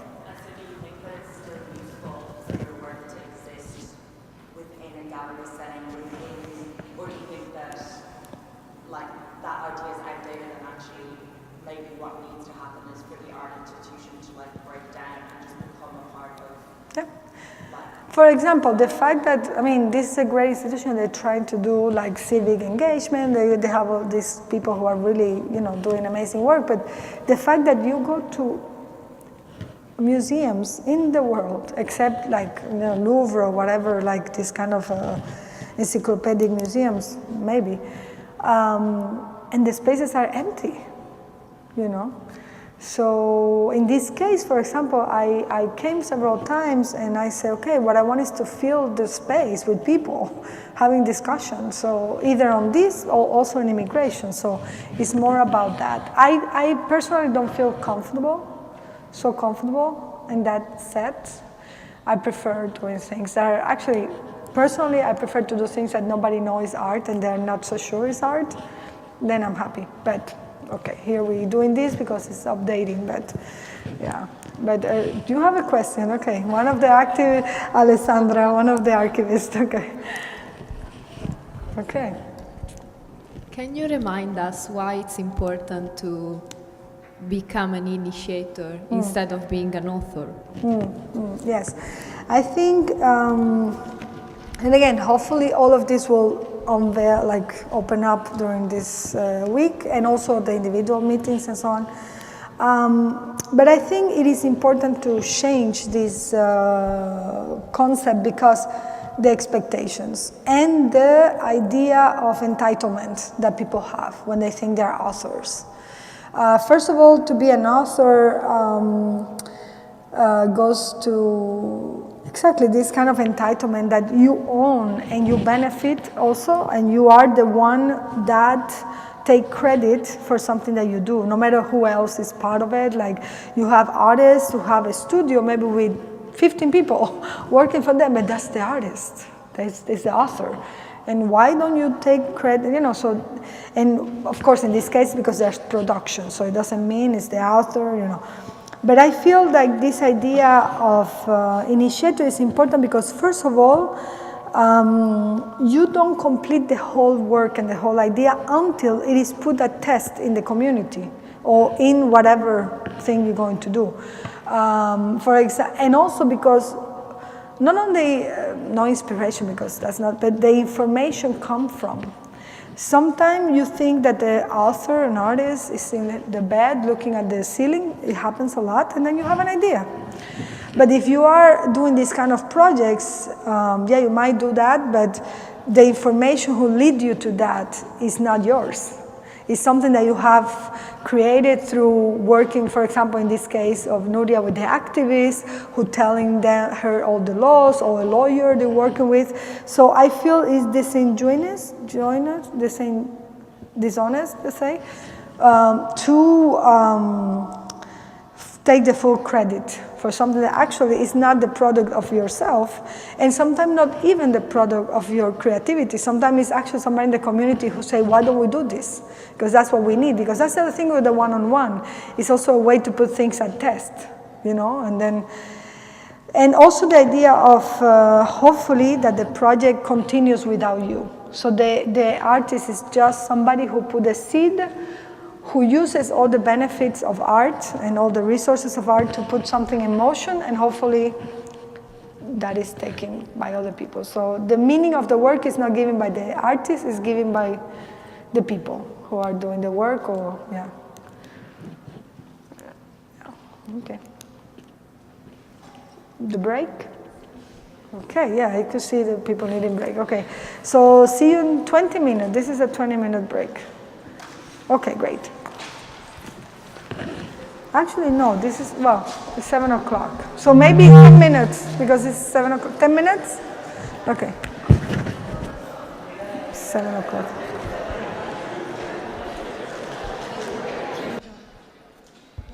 These are crazy. Why? They don't work? Crazy situation.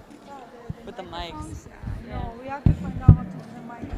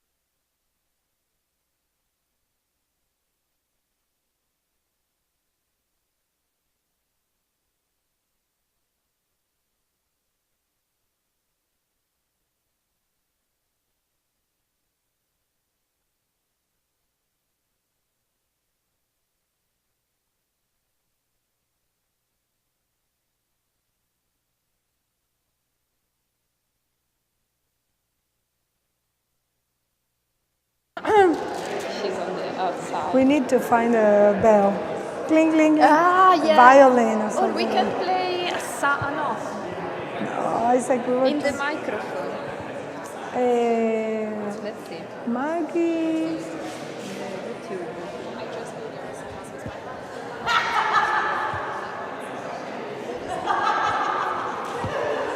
Maybe we can play it with YouTube and we Yes, can use that's the good. microphone. Yeah,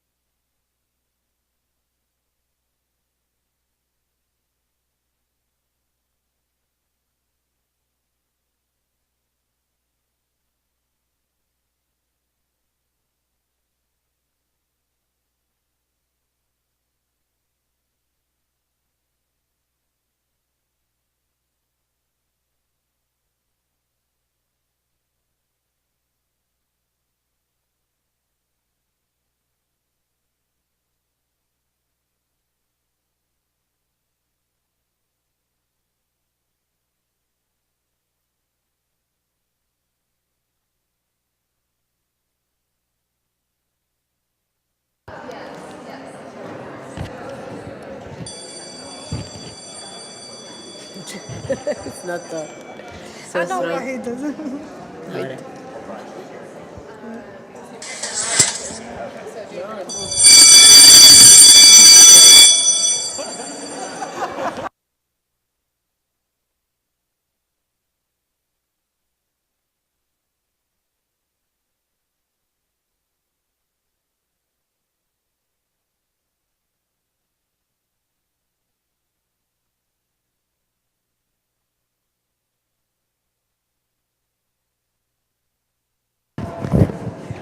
Hello?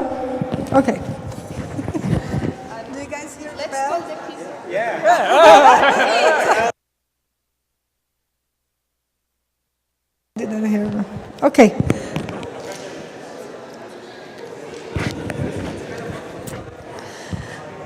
So, okay, great. Okay. We're coming back. Anybody can go outside to tell them because we cannot hear. Okay, great. Okay. So, I think the first thing,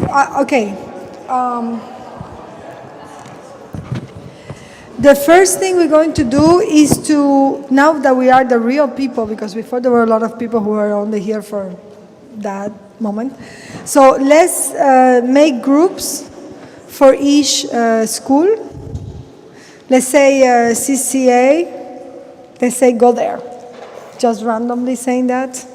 CCA, go there. People, CCA people go there. SFAI people go here.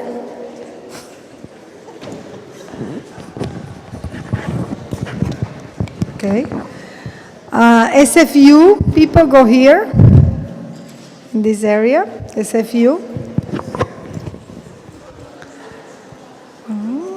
Berkeley go here, this area. And the fellows or the people who are not from any of the school go here. Who I guess are. Okay, CCA, SFAI, SFU, Berkeley, and fellows or people who are not affiliated. Okay. You guys are, from where are you? You guys go there, basically. Okay, great. SU, SFU, San Francisco University, State University, yeah. SFSU. I missed it. Where do you Where are you from? CCA. Unaffiliated. Unaffiliated here. Okay. Okay, great. This was easy. Okay. How many people we have in CCA? 4. How many? There's more? Okay. Okay. CCA, SFAI, SFSU, Berkeley, and unaffiliated. Okay. No, unaffiliated and fellows together. Wow, that's a big group, unaffiliated and fellows. Maybe we can separate unaffiliated and fellows because there's so many people. Can people, fellows here and unaffiliated back there? This is so weird. Okay, great. Okay, great. Yeah? It's confused. Are you guys unaffiliated? Okay, then you go on basically on the wall. Okay, great. One person for CCA, come here. One person. One person, SFAI, come here. Anybody from SFAI, come here. Anybody from this group, come here. Anybody? Anybody? Great. One person. Berkeley, one person go here. What's he going to do? Fellows, one fellow. Come in. There. One fellow.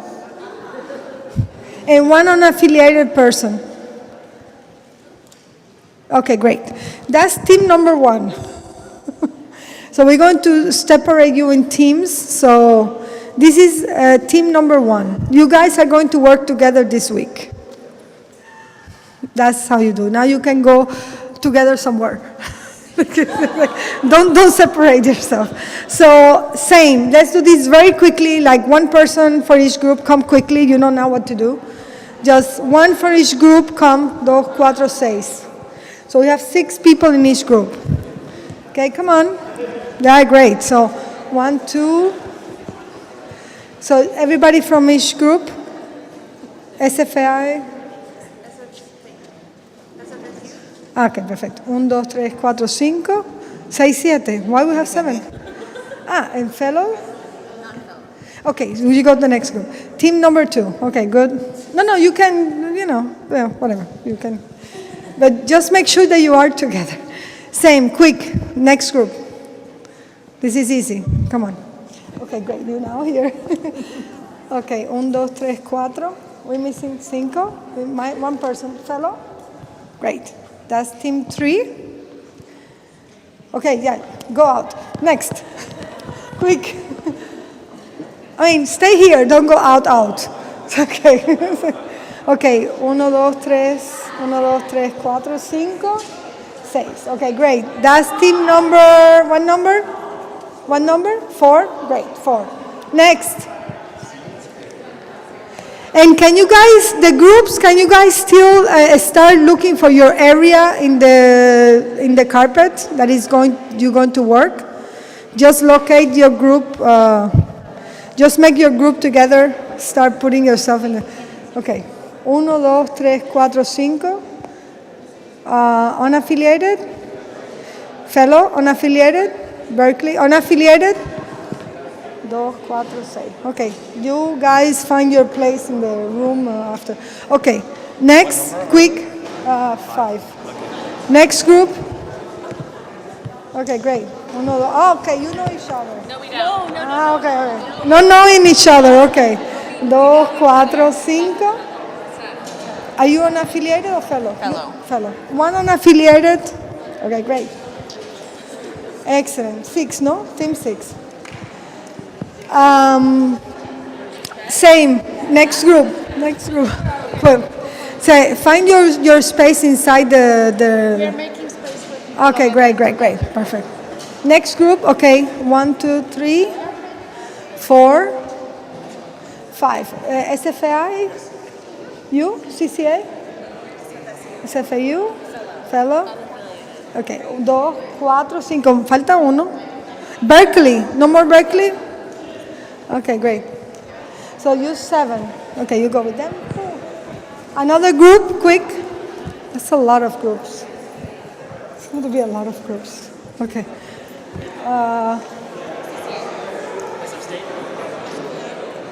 Perfect. One fellow. Do we have another fellow? Great. Excellent. You're number 8, I think. Okay, great. You find your place around. Anywhere. Next group. Next group. Okay, great. Fellow. Berkeley? No, you also fellow. You also fellow. You any more unaffiliated persons? Okay, let's put you on the next one. Okay, great. Let's 2, 4, 5. We're missing one person. CCA? SFAI? CCA? No more people from CCA? We out of CCA people. Okay, great. So then we can have the other fellow. ¿Dónde está la muchacha? Ven. Because there are not so many, not so more. Okay, great. Who else is staying? Okay, you number 9. Okay, great. You're so tall. That's great. Okay, sorry. Next group. So you guys are from? SFI? Berkeley? And fellows? Any more fellows? Fellows? Unaffiliated fellows?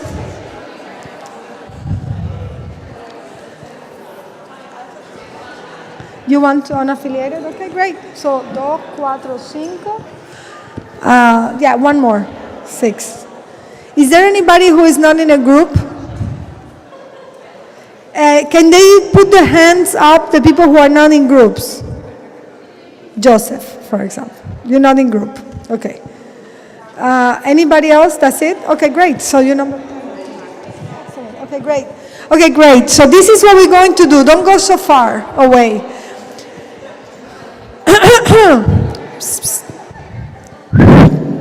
Okay, this is what we're going to do. I want you guys to take one of these combinations that were made before in the list of the 4 columns. And what I need you to do as the exercise, not me specifically, is I want you guys to go from the general to the detail. Because most of these things are generalization. These are like, oh, capitalism, which I agree, we should be done with. But what does it mean? Like, can you guys find one specific moment where all of these elements that are there combined can be seen clearly or can be realized clearly? That in the sense of showing the actual contradictions that show you why this is not working. So we need a very specific example. We cannot be general or we hate this. No. Passions has to be transformed into political stuff. So let's do this. Let's find some of these combinations that were done and create that. And you have 7 minutes, 5 minutes to do that. It's a quick exercise. Okay. You have now 7 minutes. Okay. Yeah, you guys find out. Je me disais, moi, si tu veux, je vais aller faire un tour de tous les groupes et je note un petit peu leurs trucs au fur et à mesure. Tu ne peux pas travailler, hein? Non, tu rigoles ou quoi? Non, mais comme ça, moi, j'ai une vision globale. Là, je suis en train de prendre tous les exercices que tu as mis, je fais des notes et après, je vais voir un peu tout le monde et comme ça, après, tu as une vision globale du truc. Voilà, c'est ça. Okay, great. You have to introduce yourself as you're observing. Yeah. The numbers on here, is that for the groups or that's just the numbering of the issues? So you can check. They're 10? No, they're not. They're 10? There are 10, I think. Actually, let's change this a little bit, so it's easier for everybody. They have numbers. Thank you, Alistair. They have numbers, so we have 10 combinations and 10 groups. So your group takes the number of here. Your number of your team is the number you take.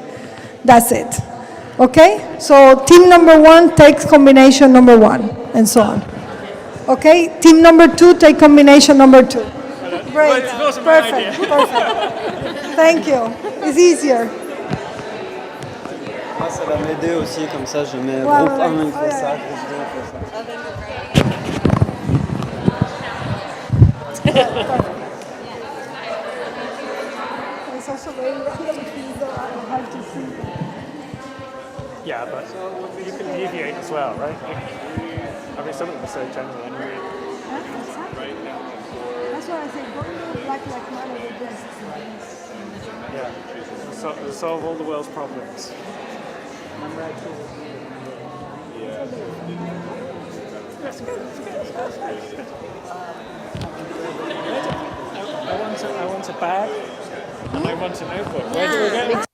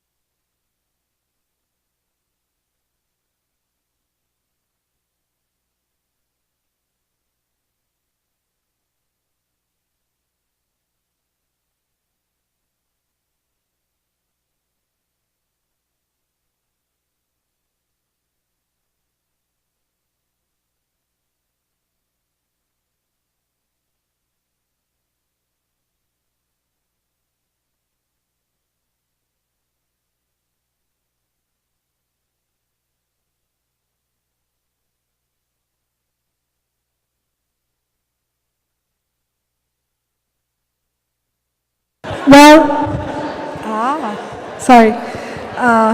Okay, so I hope everybody had time to get somewhere. So let's have one person of each group.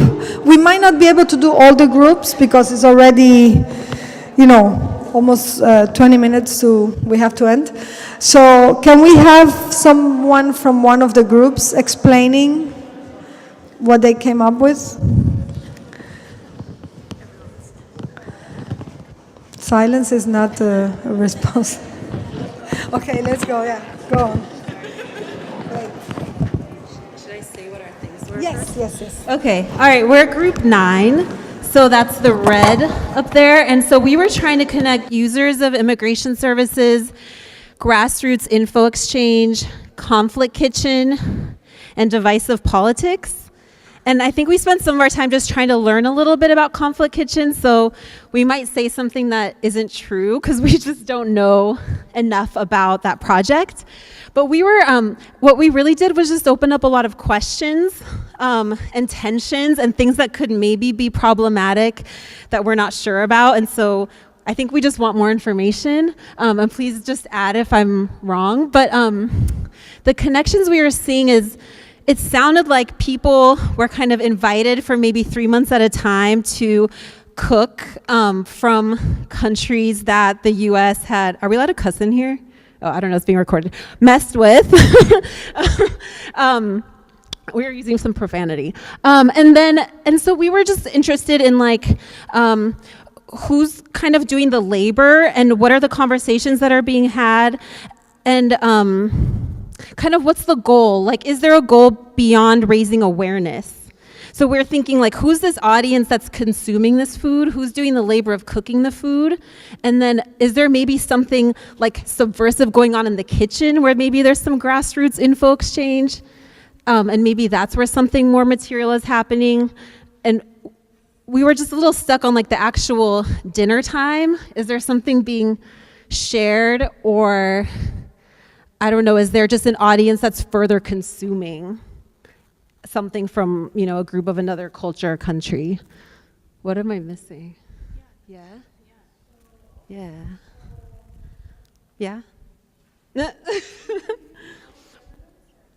Well, the immigration services, we weren't sure these immigrants that were, but we thought that was maybe missing was something material, for the people. It seemed like the people who would be more in need of the services were doing the work and kind of hoping that people would eat the hummus and stop bombing the country. That's just the idea of using the setting of a dinner, which is very social, to exchange information and develop an understanding of another culture that might be our enemy. And I think we thought of it as divisive politics because you're putting people who wouldn't ordinarily be able to sit together in a social situation. You're putting them together to enjoy a meal together, which is actually a very intimate thing.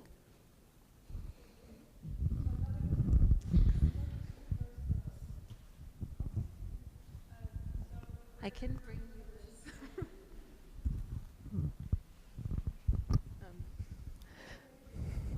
I'm going to grab my notes really quickly. So we're group 1, and ours was institutions to get people involved, tied to adventure playgrounds, conflict kitchens, and then institutional racism, anti-blackness, and Islamophobia. And we actually started having a lot of conversations around intentionality and then accessibility. So, we also, and then in addition to the complication, it was also the Thai artist cooks in a gallery and hands out soup. So one thing we were questioning was the spaces that hold the conflict kitchen, or the space that holds the cooking and the gallery and the handing out of the soup, or the location of the adventure playgrounds. We actually didn't know much about we didn't know enough of the specificities of the projects to really dive into it, but the questions were mainly around ideas of privilege and accessibility, who feels comfortable to enter a gallery, who are the recipients or intended recipients of these projects, and who are the actual recipients, where is the conflict kitchen located, what are the hours, what are the price points, who gets to be engaged in this conversation, and then who are like the intended audience. So like if an adventure playground is in a nice gentrifying area, who feels invited or allowed to be in that space? Or if it's in a new building, or where is the gallery located? Who knows about the gallery hours, or who would know that it's there? Who feels like they're allowed to attend a gallery versus having a conversation with those that are already in the gallery? How much of this is a self-selecting, already isolated, homogenous group? So those were the conversations we were having.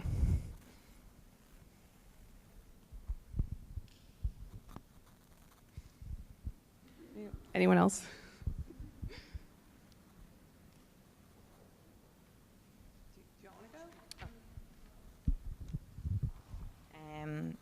So we had number 8, which was social emergency response centers, to grassroots, to to policing, all kinds of policing, and then ending up with surveillance, or surveillance was in there as well. So we were kind of thinking of like places where all of these can be seen clearly in like one like microcosm, or like one single space. So one of the things that we were thinking about was homelessness, and there's like quite an obvious link between like homelessness and surveillance and policing and whatever our last one was, homelessness, surveillance, emergency response centers, grassroots organizations. So there was quite like a synchronicity there of like meeting of all those things in the one problem. And then we were also talking about maybe in terms of surveillance and policing, we were talking about like self-policing and social media, and like sort of images as currency, as like cultural currency, and wondering about maybe like the Free the Nipple campaign, and sort of like wondering if all of those things met there.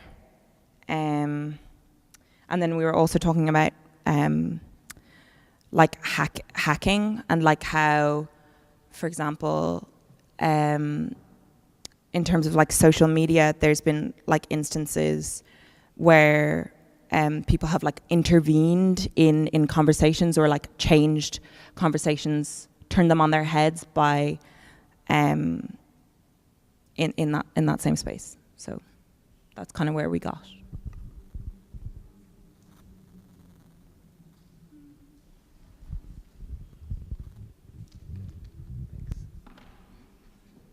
Okay, so we're team 5. We didn't reach to a cohesive conclusion, but we had some thoughts. The concepts we're working with are the Red Sands Project, protest die-ins, life jackets, Syrian refugees, and the refugee crisis. We all thought they're all very specific to begin with, so it's hard to get any more specific than those projects already. But the thing maybe that binds all of those concepts is that they are to create awareness and to create empathy of a humanitarian condition or a humanitarian crisis. And maybe we were talking more about the outputs or the ways in which people can affect these perceptions. And social media is one of them, like the Red Sands Project, and maybe even Ai Weiwei. We thought of it as an example of someone who has used social media to bring awareness to these problems. And generally, it was just a way of giving a voice to something that may not have it, or using public spaces, even if it's a virtual space, to give a voice to those who might not have it. Personally, I thought of the Alora Calzadilla, the piece with the giant chalks where people write things on the plaza. It's a sort of, maybe as a forum to have these ideas talked about. That's it.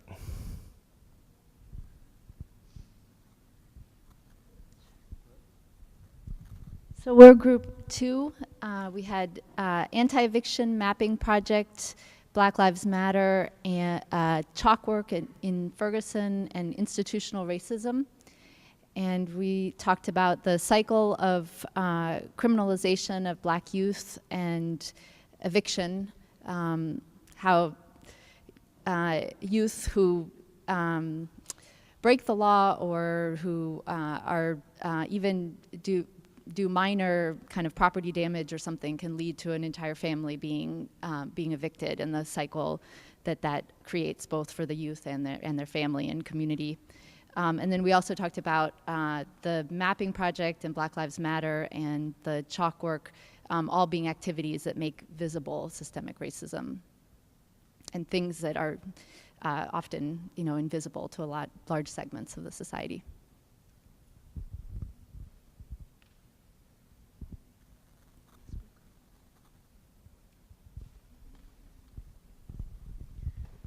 So we also had a hard time coming to a direct conclusion, but we talked a lot about a lot of really interesting themes.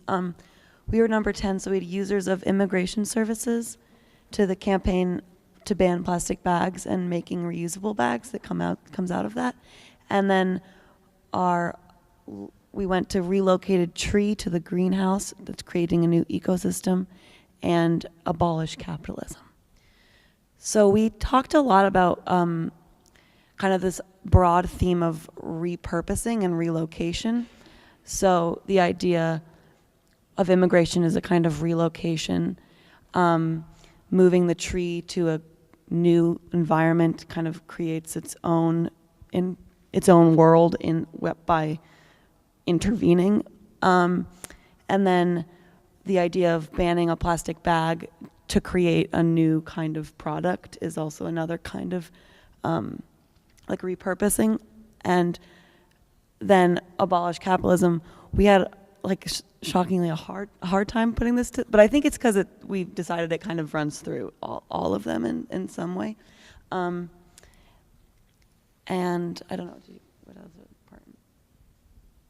Yeah, but we also had this really interesting discussion actually about the word ban, which we talked about this idea that the word ban a plastic bag like has this positive connotation for certain groups, like certain social movements and certain people of a certain, so it has a positive connotation.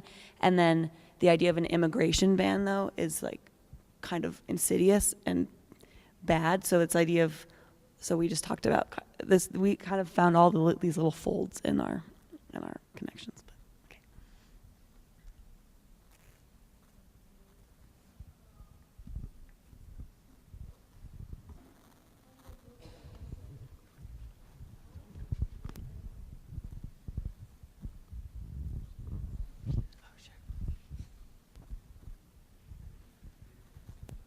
So ours was the Bread and Puppet Theater, the Grassroots Info Exchange, Chalkwork of Ferguson protest, and divisive politics. So then we started with divisive politics. It seems easier to discuss.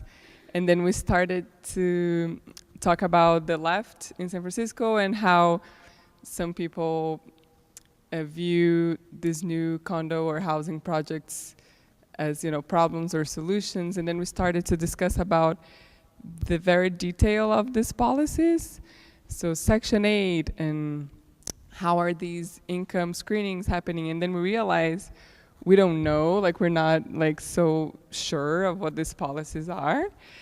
And so I just started thinking that maybe this divisive politics is sort of like this theater or spectacle that really keeps us from seeing like the detail and the specifics of the policies that are really affecting us and important to us. And maybe going back to the grassroots info exchange, that it really comes down to information.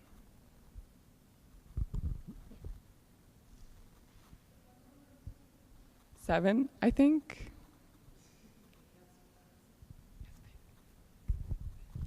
I guess I was just voluntold to speak.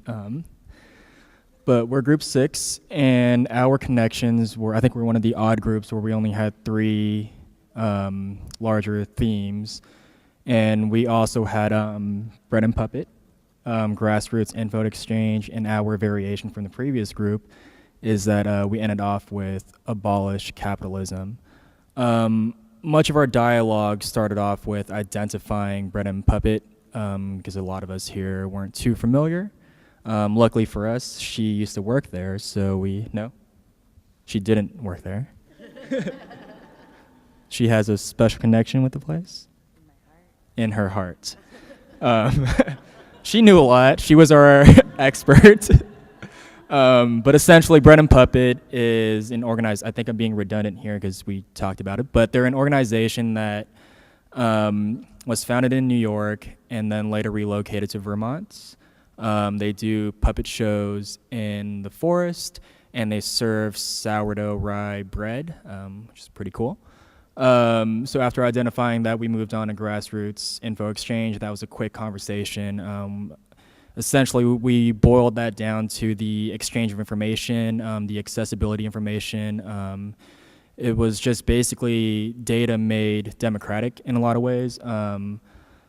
Abolish capitalism. We didn't really dive deeply into that, I don't feel like, but we kind of brought that back to Bread and Puppet, and we were trying to identify that organization in terms of what it is as an institution.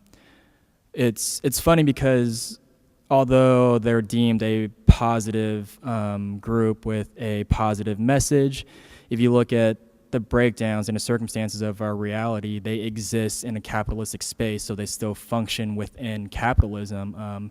For instance, they have a store where they sell books. They are a 501c3, which is nonprofit. It's a tax-exempt code.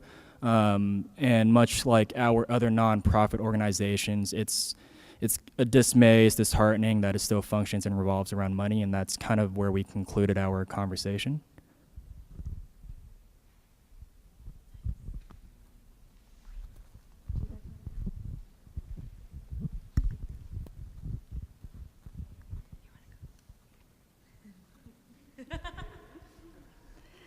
Hi everyone, we're group 3. We talked about the connections between the anti-eviction mapping project, Black Lives Matter, the Life Jacket Syria Refugee Ai Weiwei art project, and abolishing capitalism.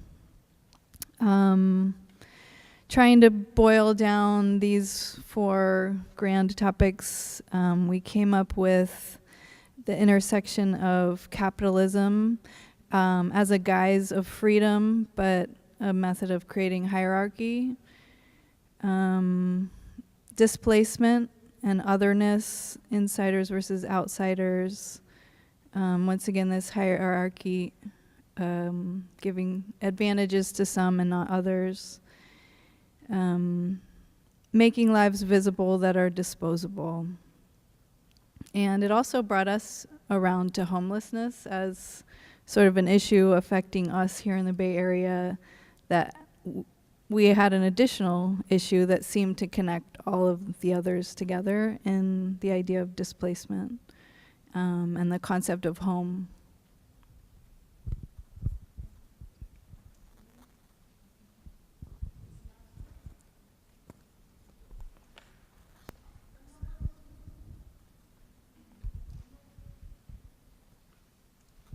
Hello, we are group 4. We had the Red Sand Project, the Iranians wearing green, the Life Jacket Syrian Refugee Project, and then institutional racism, Islamophobia, blackness, and gender. The common themes we found were obviously peoples, groups of people struggling against governments and institutionalized forms of oppression or conflict. But the through line, aside from the color, kind of in the various topics, was seemed to be a declaration of support and unity for a certain group that was maybe against something else. So that in a lot of these things, they were really just a show of support or inclusion, that you are part of us. And one of the problems we found, though, is that they all seem to be raising awareness, like the first step only of ARTETIL, except ironically for the Iranians wearing green, which was not an art project at all.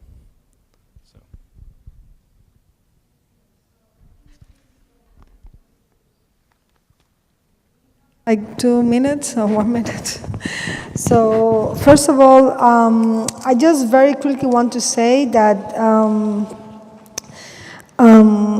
it was really fascinating to see some of the group, most of the group actually, going from this kind of crazy general association with something very concrete, like people talking about the eviction of black youth, something more concrete, more specific, people talking about who feels invited, about self-policing, and the idea of ban plastic versus ban immigration. I think they were really, there are more, I have all of them here, but also the exchange of information made democratic. I think all of these were great.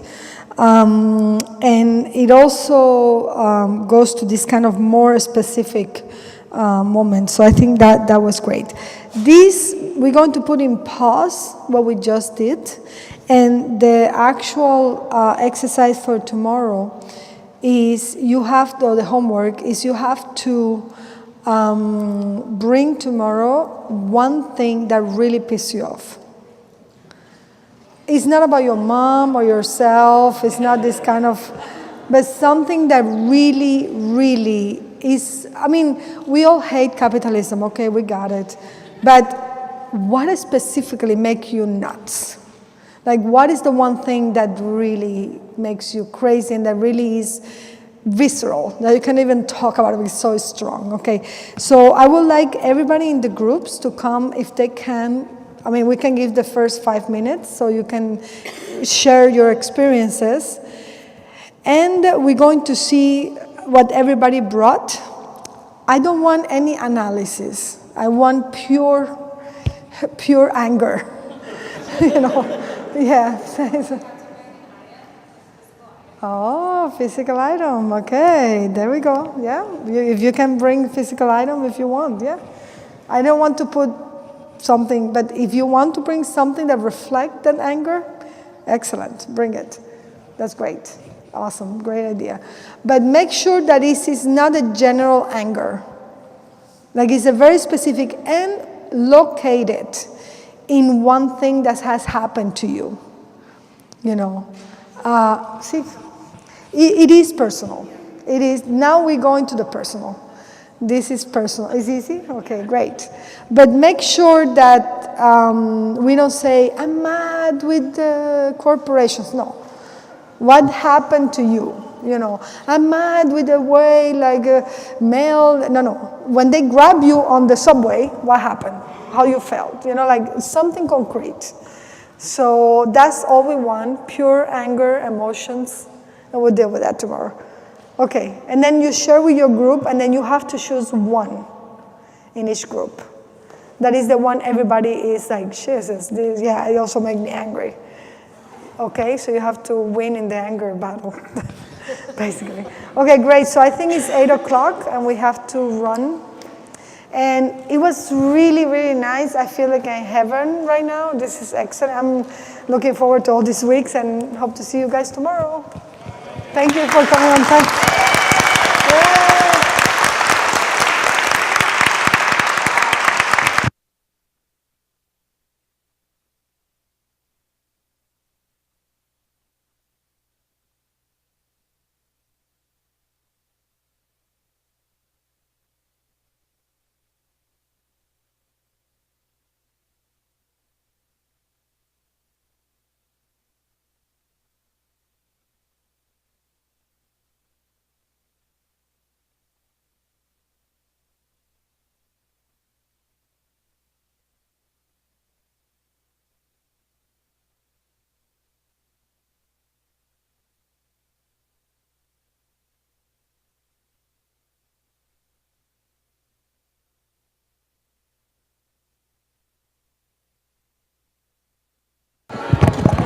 Sorry, can people help us to put the shares together?